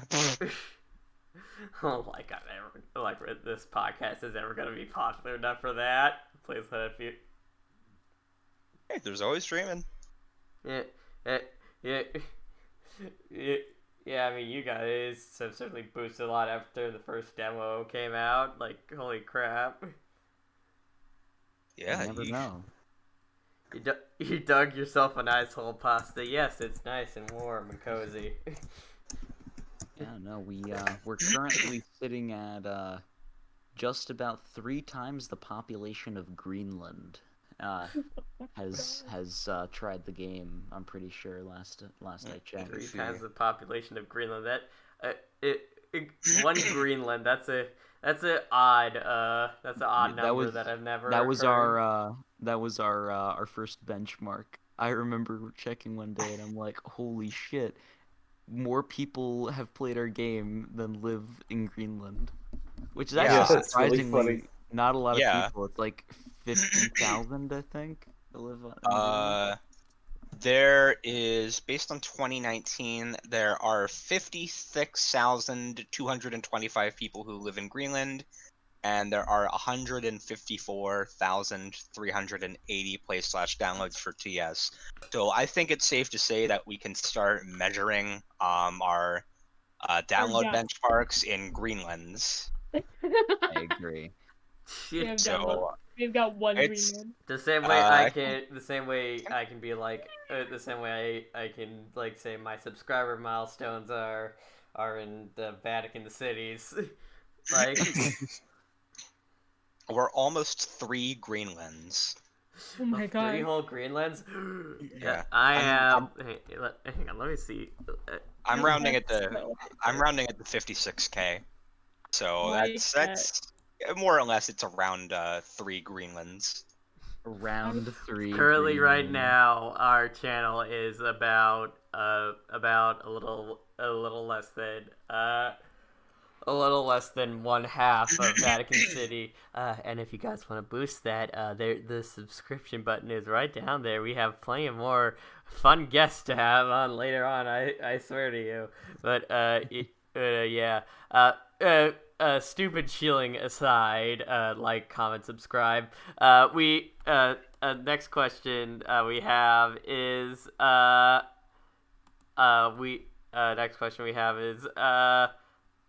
Chara's personality is something that's seemingly unique for each AU that they're in because of how vague their character is in game. Like, I mean, they're not as vague as, like, say, Frisk, but, you know, how did you feel about making your own version of Chara that you could, like, characterize and such, especially with the journal entries, which also goes along with, like, what gave you the idea for the journal and its pictures and all that? Okay, so with Chara, We definitely, since we're going along with, being faithful to how Undertale's characters were, um, we ended up basing our Chara off of the idea that Chara is the narrator of Undertale, which is based off of different flavor text and how they react to certain characters and scenes and items and everything. And that's in like every single route. Not like I feel like people usually tend to just focus on the red text and the genocide route, but there's a lot of different things here and there in every single route. And then we also wanted to take into account what other characters said about Kara. Toriel and Asgore, I believe, had things to say definitely, and then things that Azrael had to say about them. And what we wanted to do was we wanted to. I guess the best way to describe how we interpret Kara is as a gremlin. We wanted to write them with the same level of kind of snark and the kind of witty writing and the different humor and the little ironic things here and there and everything. So we wanted to we wanted to have it so when Kara narrates, they act all sophisticated and everything, and they paint the things that they say more sophisticated, whereas in game, the way that characters and react and everything, Kara is definitely more of like a goofy, mischievous kid. Like I think one of my favorite examples of this is if you insult Axel in the Greasers battle. Kara says something like, I come up with like my best insult and I fling it Axel's way, and then Axel responds by saying like, who are you calling a butt face? like stupid stuff Yeah, like that's that. great. Like stupid stuff like that where like the whole idea that Azrael says quote unquote Kara wasn't the greatest person, we didn't want to interpret that as like, oh, Kara was evil or bad. We just wanted to interpret that as, Kara was a kid. Yeah, Like it just meant that Kara was just a person. they were Nobody just a Yeah. kid and they're like kind of mischievous and everything. So through interpreting Kara or writing Kara as kind of a little gremlin, we felt like that was the most faithful to their character, especially with their kind of sophisticated way of narrating versus how they actually act in game. So like doing goofy, childish things, but they describe it to the player in a kind of a sophisticated manner, like Like Yeah, screaming like at they're the all Royal high Navy and mighty. hotline. yeah, like just like screaming at the Royal Navy hotline, little practical jokes and stupid things that kids do here and there, like just screaming for no reason. Children. Like That's what they do. yeah, They and scream like for no reason. yeah, and we want to make sure that like we use that narration in order to give Kara that defined personality, while also making sure that they remain protagonists without any dialogue, much like Frisk doesn't have any dialogue in Undertale, but the things that they say and do are implied through flavor text and through the reactions of different characters. We want to do the same thing here while making sure that we're faithful to Kara's character. Yeah. Uh, yeah, I understand that. Like it knocks over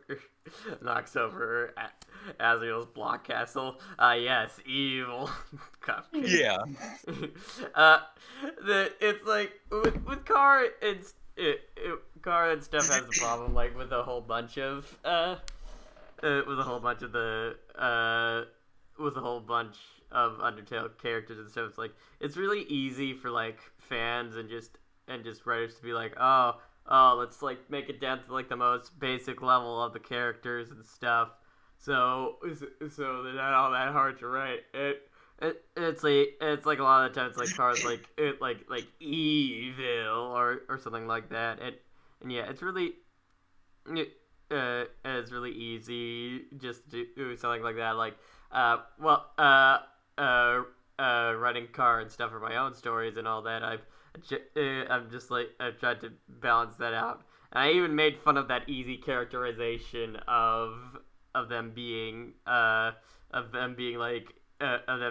nothing but evil and malice and all that stuff there's this April Fool's fic that I posted, which read at your own discretion. It is very there's nothing like super like, oh, there's no like blood, sex, or violence or anything like that, but it is painful to read through because the whole joke is like it's me being the whole joke is that I'm writing in the style of like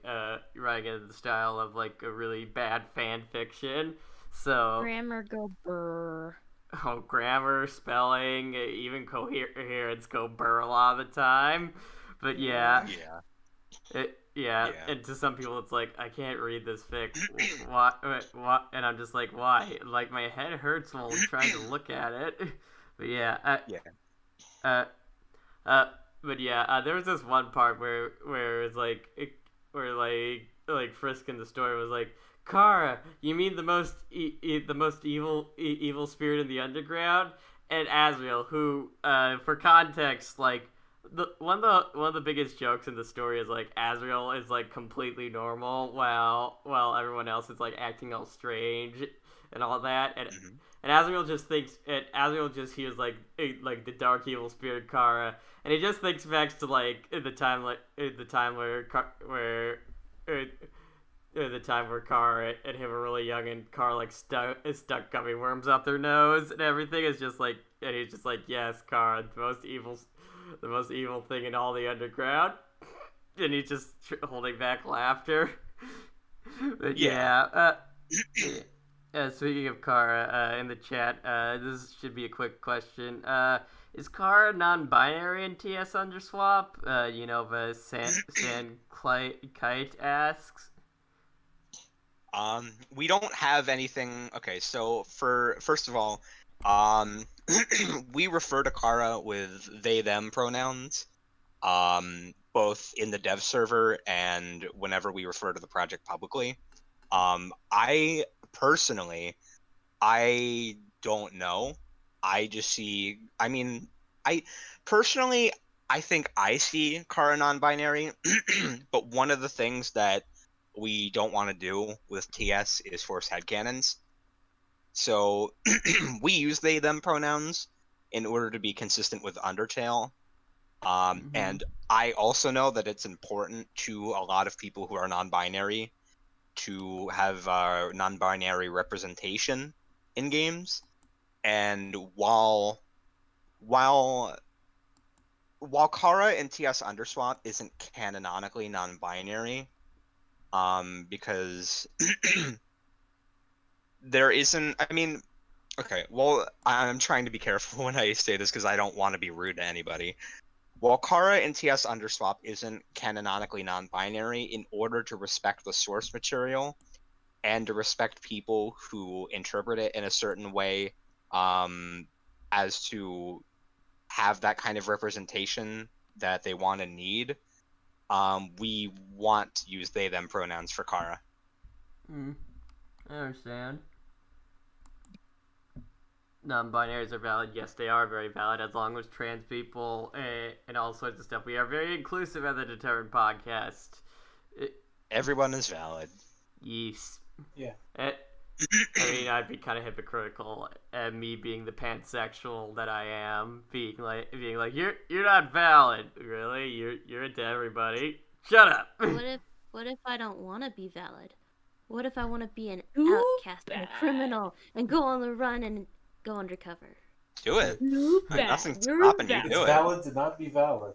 It's valid to not be valid. Oh, I'm jeez. walking controversy. Yes. You got this. Yeah. Okay. Also, I'm very tired, so I apologize for not talking. Nah, Yeah, you're good. no It's worries. it's okay. late anyways. Yeah, Cupcake is not. Cupcake, you're used to staying up late doing stuff like you do art streams and all that. Which, by the way, all the wonderful art that you guys are seeing, like in the background and stuff, has been made by Cupcake Pants. Go check out her stuff. She has her commissions open and everything. and yeah, but yeah, you I'm usually so the thing about that is I'm usually doing something with my hands, but doing this I can't really do anything because I have to, concentrate on what people are saying, but then I don't know what I can add to any conversation. So you know what just said you're is such a great artist. Cupcake said you know what just said Cupcake, you're such a great artist. Oh, thank you, Unova. That's nice of you to say.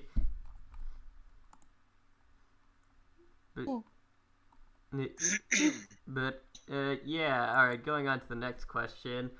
All right. We were talking a lot about canon stuff from what we just had with our discussion with Car, but there are a lot of divergences from the main canon from Underswap. I put that in quotes because there's so many different versions of Underswap at this point. Why do you see it fit to change a variety of things for this stuff? For the fan game, I mean.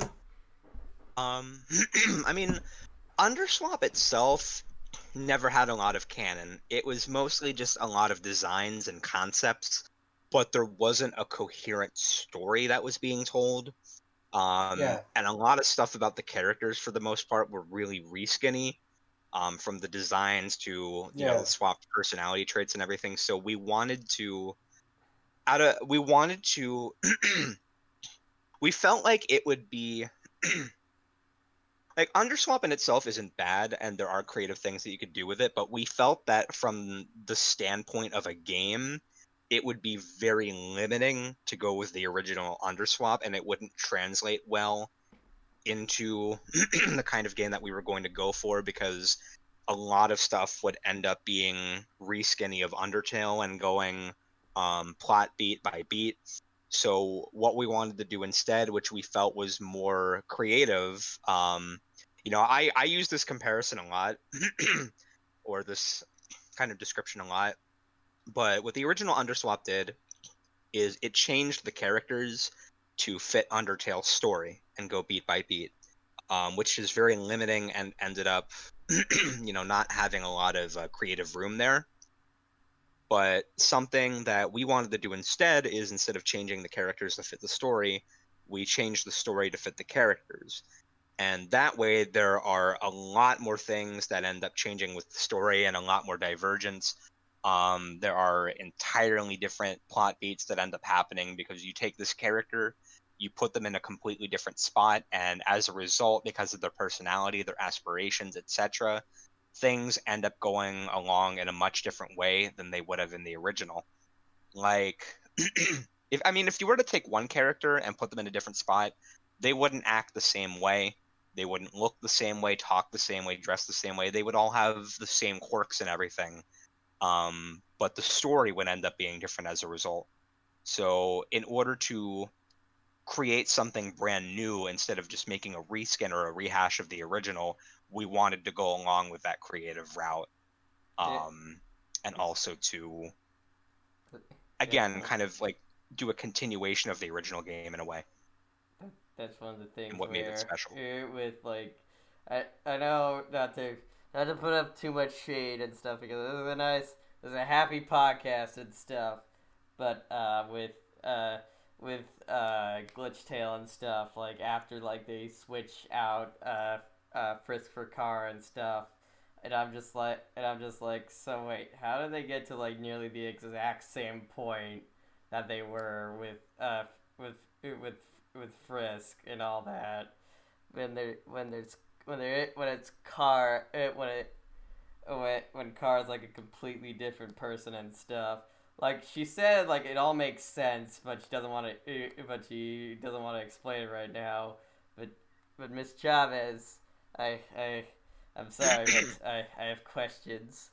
But yeah, I don't want to. I'm not gonna say anything too much because I do like Glitch Tail probably more than a lot of other people, mainly because it has a big sentiment. Yeah, mainly because mainly because it has maybe because it has a lot of sentimental value for me. But yeah, Unova asked, uh, how many hours of gameplay is going to be in the full TS Underswap game? That We don't know. yeah, that's something that we Yeah. realistically don't know. I mean, it's definitely going to be more than Undertale. When you look at Ruined Home alone and how that was like, We I already mean, filled up a third of Undertale's playtime with just Ruined Home. And I could definitely say at the gate, you're looking at least twice the run time of a game, or even from like what I've been trying to figure out from a soundtrack perspective, where we're looking at significantly more time spent playing the game, specifically because there is just more content on the whole that we've gotta put into what we're making. yeah, especially when you take into account that we're not only like having more stuff in the pacifist and neutral routes, but we're also doing that for the genocide route too, where we have more bosses. But we want to make sure that we're doing it in a way where it's not defeating the point of the genocide route in Undertale. And I know someone asked about hard mode, and I know that I've said this before, but genocide route is hard mode for TS Underswap. Your actions are going to have a lot more consequences with shaking up the story and where certain characters appear, and like you'll have different enemies that will like specifically team up in Genocide in order to fight you. Like different mini bosses will appear in a different kind of mini boss to team up and fight you. And then there will be more bosses because, I mean, in Genocide, Asgore alerts the underground, so they know that you're here, and they're not as unprepared as they were in Undertale. So pretty much everyone's out to get you. But the way that we make sure that we preserve the intention of Genocide and Undertale is not by having these big epic fights and over the top music and everything, or like make like we want everything to be difficult, but we don't want to. What am I trying to say? We want to still make sure that it's a slog to get through in some ways. Um, whether that's through difficulty or that's through grinding or that's through the empty feeling that you end up getting at the end when you get through everything. Like we want to preserve that feeling, but we want to do it in a new way. Mm. So I guess going back to the actual question, yeah, we have no idea. Yeah, T.S. Asgore uses the unused angry sprites that he has in the art. Oh god. I remember seeing the like unused sprites that some of the unused sprites that Asgore had. Like I was in the middle of fighting him on stream and stuff for what we did for the Undertale 5th anniversary, and flipping heck are some of those terrifying. Was the car at it, I'm not really sure how to pronounce that, but a scene Tartic as in Twitch chat was the car's journal in TS Underswap inspired by Maze Joe from Night in the Woods? No, I had actually never played Night in the Woods when I came up for the concept of the journal. I forget. I don't know what in particular inspired the journal for me. I just remember I actually came up with that idea around like 2016 or 2017. And I have a lot of really rough original concepts for it, and we also had a lot of stuff that was scrapped from the journal. Like we had the idea of like also showing like the locations with a doodle of every location and a description of it. We had the idea that you'd be able to access the journal from the main menu instead of just in game. But yeah, I'm not sure what I don't remember what I was inspired by, but I know that when it came to adding in the journal, we felt that it would be something neat, that it wasn't like important for people to use, but it was something that added a little more to the world building, and also helped go along with establishing Kara as a character because of the fact that they don't narrate. So we wanted to show more of their personality through like different descriptions and doodles and stuff because they're a kid. So yeah. Yeah. It is something I think is one of the things that gives out the most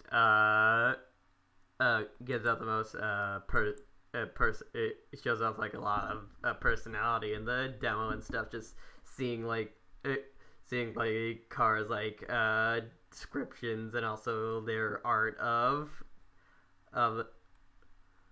what they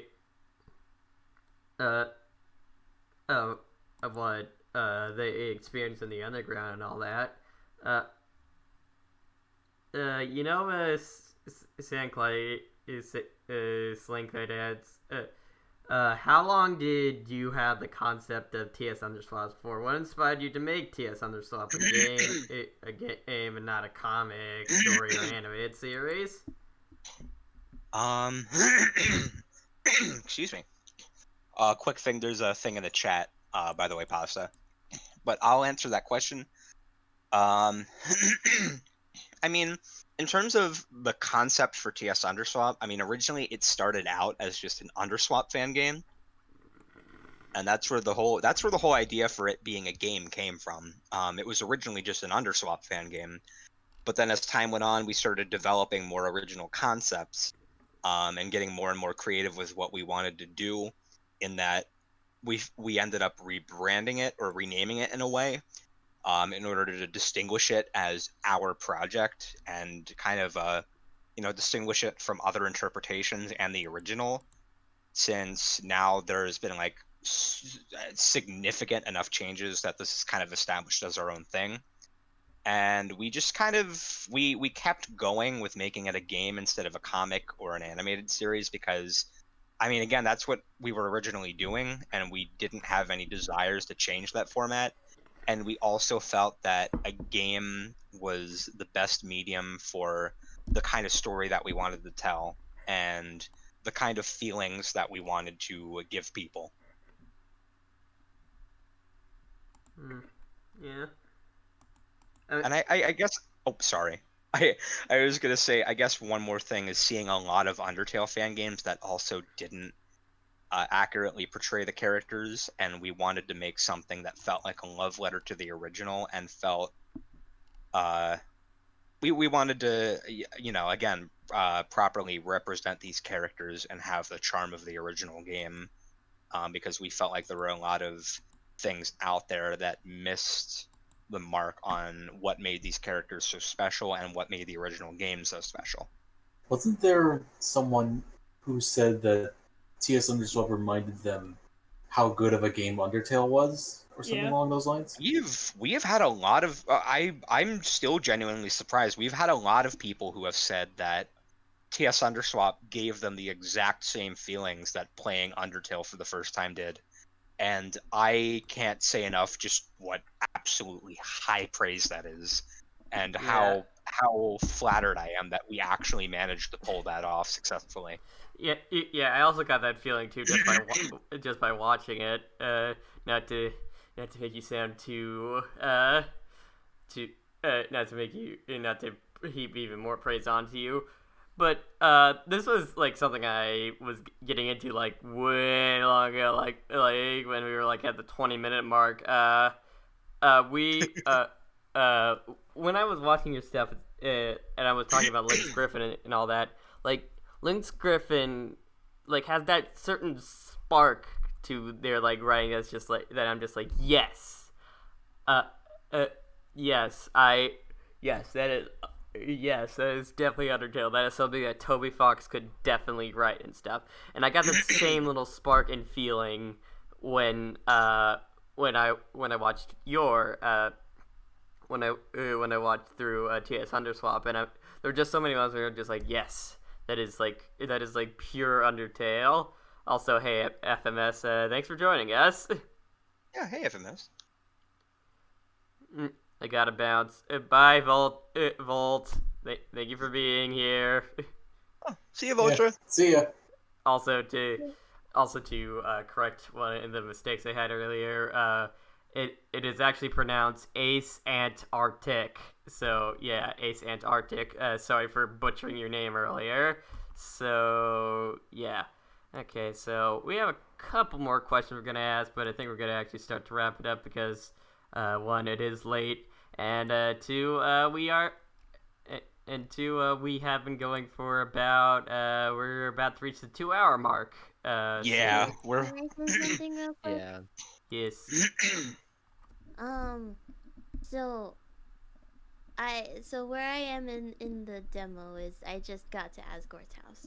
But I gotta say that as soon as I saw that Asgore had like a partial ponytail, it made me like undescribably happy, and I'm not sure why. Yeah, as a man bud. He's got hair. Asgore's got long hair. Yeah, that was something and Treppy also- came up with. And Sorry. also the inclusion of the dad hug, I loved it. Thank you. Yeah. Yeah, we okay. Funny thing. I think I think originally we had it planned that hug was going to be at the end of Ruined Home, but we felt like thematically it wouldn't fit based on what happens there, and not only that, but we ended up figuring that kind of a hug like what Toriel did at the end, where it's like that more like, you know, like that more emotional, personal hug there. We felt like that would be better. So then we had Asgore do that hug before you actually go to his house, which, you know, he hasn't seen you for a while. He was worried about you with everything going on. So he pulls you up and gives you a big bear hug. And if you are keen on noticing, Chara actually reciprocates and, like, you know, puts up their arms when Asgore reaches down to hug them and hugs them back. Unlike Chris, who just kind of takes it. Yeah, Chris is just like. Chris. I mean, to be Yeah. fair, Chris. To be fair, that hug is pretty violent. So I'm just Yeah, but I like violent hugs. violent hugs. Yes. That's a you problem. Let the record show that SKL likes violent hugs. I do. I mean, like, have you ever had like a dad bear hug? I It's wish. like, it's the most dad thing ever, and I love it. Yeah. I wish I had one, but it looks like so much fun. Yeah, I could tell. Yeah, but the thing with Chris is like he's been having those hugs like all their life and stuff. So they're obviously just Lucky. like. So it's not special anymore. That's the thing. But it's always special for me. Violent hugs are awesome.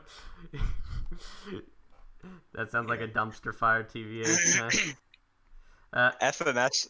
Oh, sorry. I was gonna say FMS. I'd talk about the Sands controversy, but we need to wrap things up and answer the rest of the questions that I was gonna say Pasta has. this controversy. It was the whole thing that happened when the major Sands redesign happened back in like 2018, Oh and boy. there were a bunch of people who hated it because it wasn't faithful to Underswap Sands, and there were a bunch of people who were posting like not my swap Sands, and somebody who drew art of a Blueberry Sands strangling Super Sands. Wait, Yeah, what? that was- This is like Yeah, that happened. a very, very intense version of when they switched out the actor for Roderick in the Diary of a Wimpy Kid in live action and stuff. There was like a whole campaign against that, except I don't remember strangling being a. Yeah, I was gonna say, but no one drew him getting strangled. Like, That is so funny. I'm sorry. yeah. Oh wait, could Like you? we had. I found out about this after I rejoined the team. Somebody drew art of Blueberry strangling Super Sands. Does someone have that? Because I remember. I think it's been deleted. Aw. Wait, Man. someone has to have a copy of that somewhere. I mean, I I, wanna don't reference- blame. I want to don't blame reference old that in the people. game somewhere. I want there to Yeah. be no, like I want there to be like you go hang out with Azrael and there's like drafts for different comics that are like laid out on his desk or whatever, and one of them, like one of the drafts, is like an evil, like is like an evil The Santa Claus. anti-Crossbones. Yeah, like an anti-Crossbones that's strangling Crossbones or something.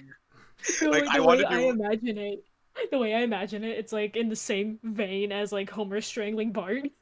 I would Are you want it to literal? be something. I would want it to be like a concept cover for a comic, where it's like Crossbones versus the Blue Menace, and the cover of Crossbow it is versus just the like anti crossbones.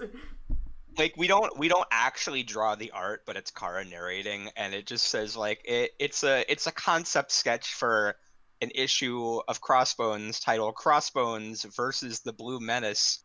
It shows Crossbones being violently strangled by like something like that, just to kind of poke fun at it. You know, if you put Yeah. that detail in, you're getting fan art of that like 10 minutes after someone reaches that. Some It's just someone's just gonna like somebody someone's just gonna be like, yeah, I need to make it. It's gonna look like the freaking Bart Simpson and Homer Simpson Oh my strangling thing.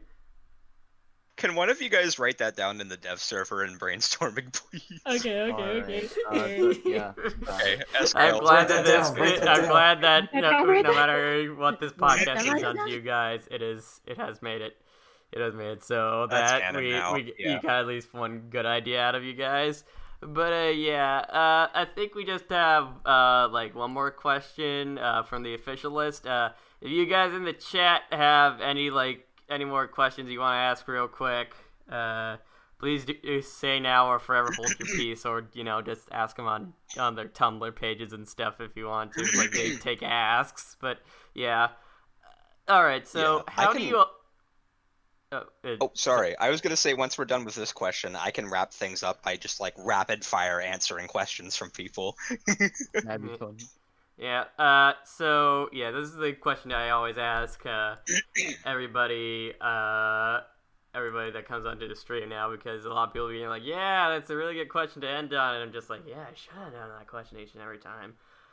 How do you feel about your current place in the Undertale fandom? Like you guys as a group working together and all that.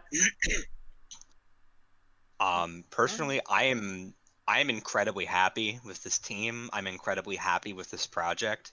I'm incredibly happy with the way that we were able to reach out to people, and the kind of emotions that we were able to give them, make them feel the same way that they did when they played Undertale for the first time. And I'm especially really glad that, especially during the pandemic, we were able to be a force of good and make something good out of a bad situation and give people something that made them happy and something to look forward to. And I really can't say enough just how lucky I am to be able to lead this team, and how happy I am with the state that we are right now.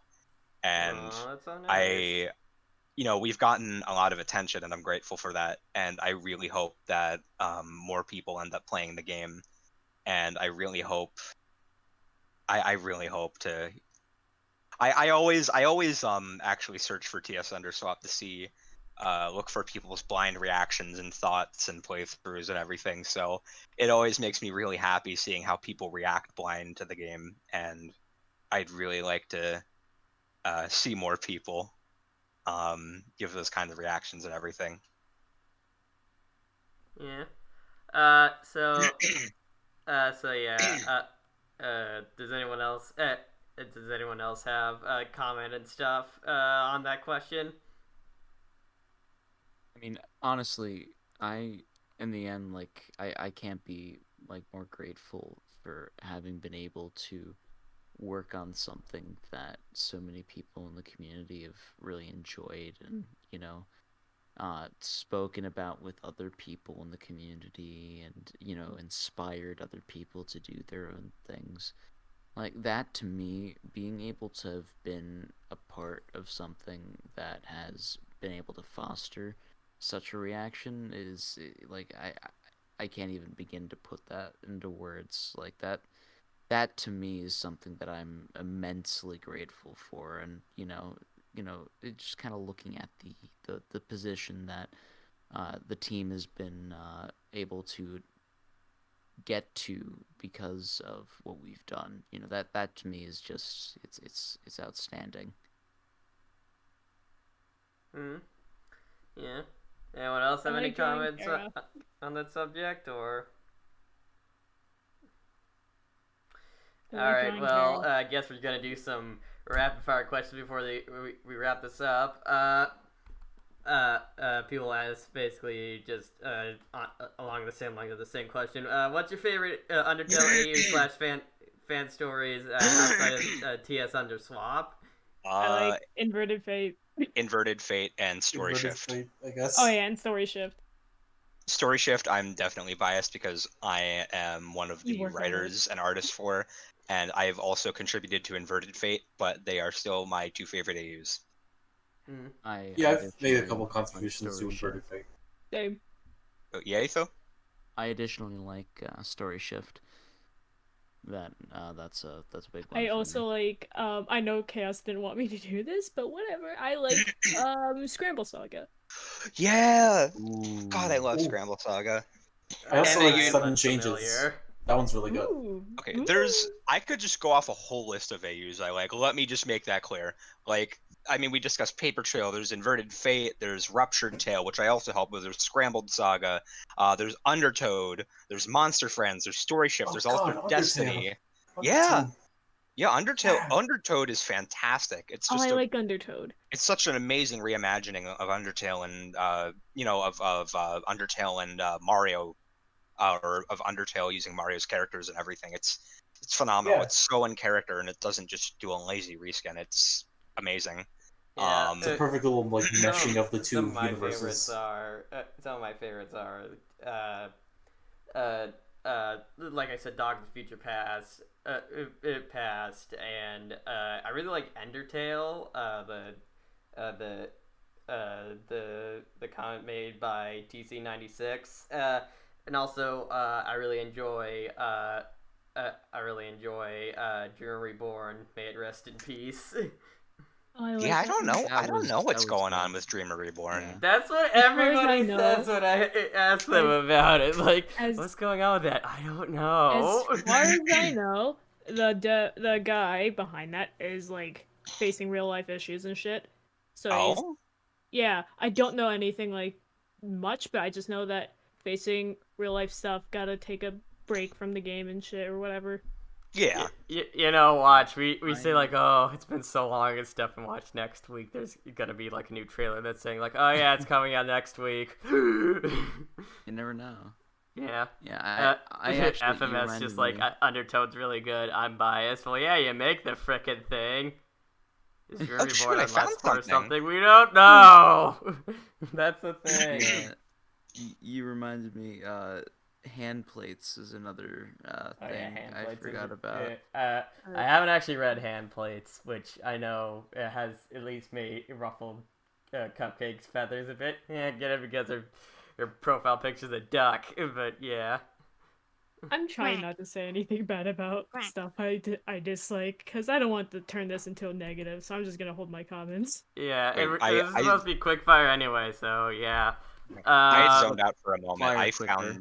I found something related to Dreamer Reborn. I put it in general. It's actually something from like a year ago or so. That Fats was talking about personal stuff. I found it on the Game Jolt comments. All right. But yeah, I don't know what we were talking about. But yeah, let's go. All Alright, right. let's- Next question is, what is the best piece of constructive criticism for the demo that you've received thus far? Encounter rates. I'd say encounter rates. I mean, in terms of when the demo came out, originally, the encounter rates were much higher because when we were doing private beta testing and we were doing like team internal beta testing, we thought that the encounter rates were too high and we had a fix for it. But for whatever reason, the build that we had put out didn't have the fix. So we ended up putting that fix in an update, and it fixed the encounter rates. Though I know some people have still said that the encounter rates are a little high. I would need to replay it to verify that, but for future areas, I know that we're going to make sure that the encounter rates are forgiving, which I think we tried to do that with the demo. Mm-hmm. I think my favorite piece of constructive criticism, although it's a bit, I guess it's kind of a stretch to call it constructive criticism, but I loved how one of the playtesters kept like checking all the pillars in Ruined Home. There's yeah, no, I'm not. I don't know if I'm allowed to say the results of that, but it's That dude was funny. notorious. Yeah, we did something special, but he's not allowed to know. Yeah. Wink. He's never gonna know. Wonk wonk. As Cupcake usually says. Yeah. Yeah. But And I was checking all of the trash cans, so Yeah, a lot of people checked all the trash cans, I think. I'm a I trash would- I and just hope can't it's not help it. Pokemon where you check the trash can, it's just like just like find a whole bunch of throw up in there. yeah, I want to confirm quickly, if you check all of the trash cans in the city, nothing happens. Please don't waste your time like I did. Yeah, don't. I had brought up the idea of doing something like that for demo 2.0, but I think that based on like the different case things that we'd have to do with everything and the different things that we'd have to check for, it's not a realistic or feasible thing. Like, I guess we could do it, but it's not something that's worth our time going through like a million different steps to try and do. Because Yeah. I had I had the idea that if you check every single trash can, there's just a unique dialogue text that's like, oh shoot, actually, where is it? It's probably Yeah. after inspecting every single trash can, I can say with certainty that this was a complete waste of my time. And then that if you were to check it again, they would say, I regret this decision. And we just ended up deciding that we wouldn't do that for demo 2.0. Alrighty. Next question. Final question. Will there be a famous cherry in TS? I don't know. Pixel show? If you're still watching, can you give a bit more? Can I get a bit of context to that? Talking about Merg. Oh yeah, like Berg? Maybe. I mean, we usually we probably. I mean, we usually won't do. I mean, we don't have like any references planned or anything. But like we're probably gonna do like little references here and there to certain things. So I mean, it's not out of the question. We just didn't have anything planned. But maybe we will, because I mean, Merg is a really cool guy, and I love his stuff, and I know that he enjoyed the demo, and it would be neat to do something like that. Yeah. There was a reference. Okay, so yeah. And when TS Underswap visits the podcast again in the future, that's up to them. And we might have them back on for their own episode, maybe when like 2.0 comes out in like a gazillion years or however long it will take. But I'd definitely be down to do it again in the future. I've had a lot of fun doing this. we might in the next couple days, about 9 days from now, the first anniversary of the Determined podcast is going to be happening, so we got to plan something for that, don't we? Oh, don't say that. I'm already too tired to plan things. Well, it's okay. It's okay. Well, it's okay, Cupcake. We still have time. Anyways, yeah.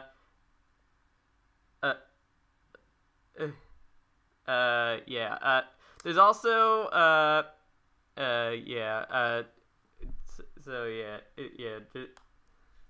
there's a whole bunch of stuff that, there's a whole bunch of other stuff that we probably might do and stuff, but, yeah, I think that's gonna be it for today. Thank you all so much for coming. Thank you for Cupcake for joining me as always, and thank you for all four of you for being here.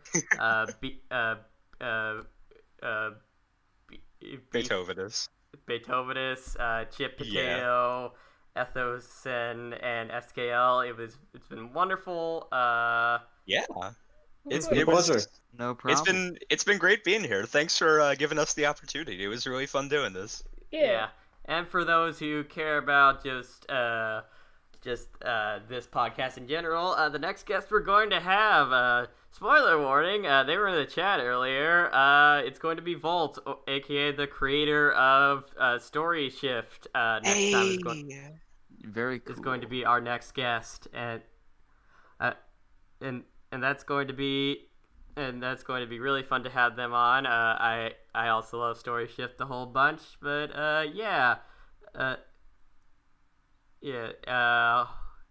but hopefully we can get that out soon. And thank you all for watching. Have yourselves a great night. Take care, and remember, stay determined. Determined. And we'll see you all next time.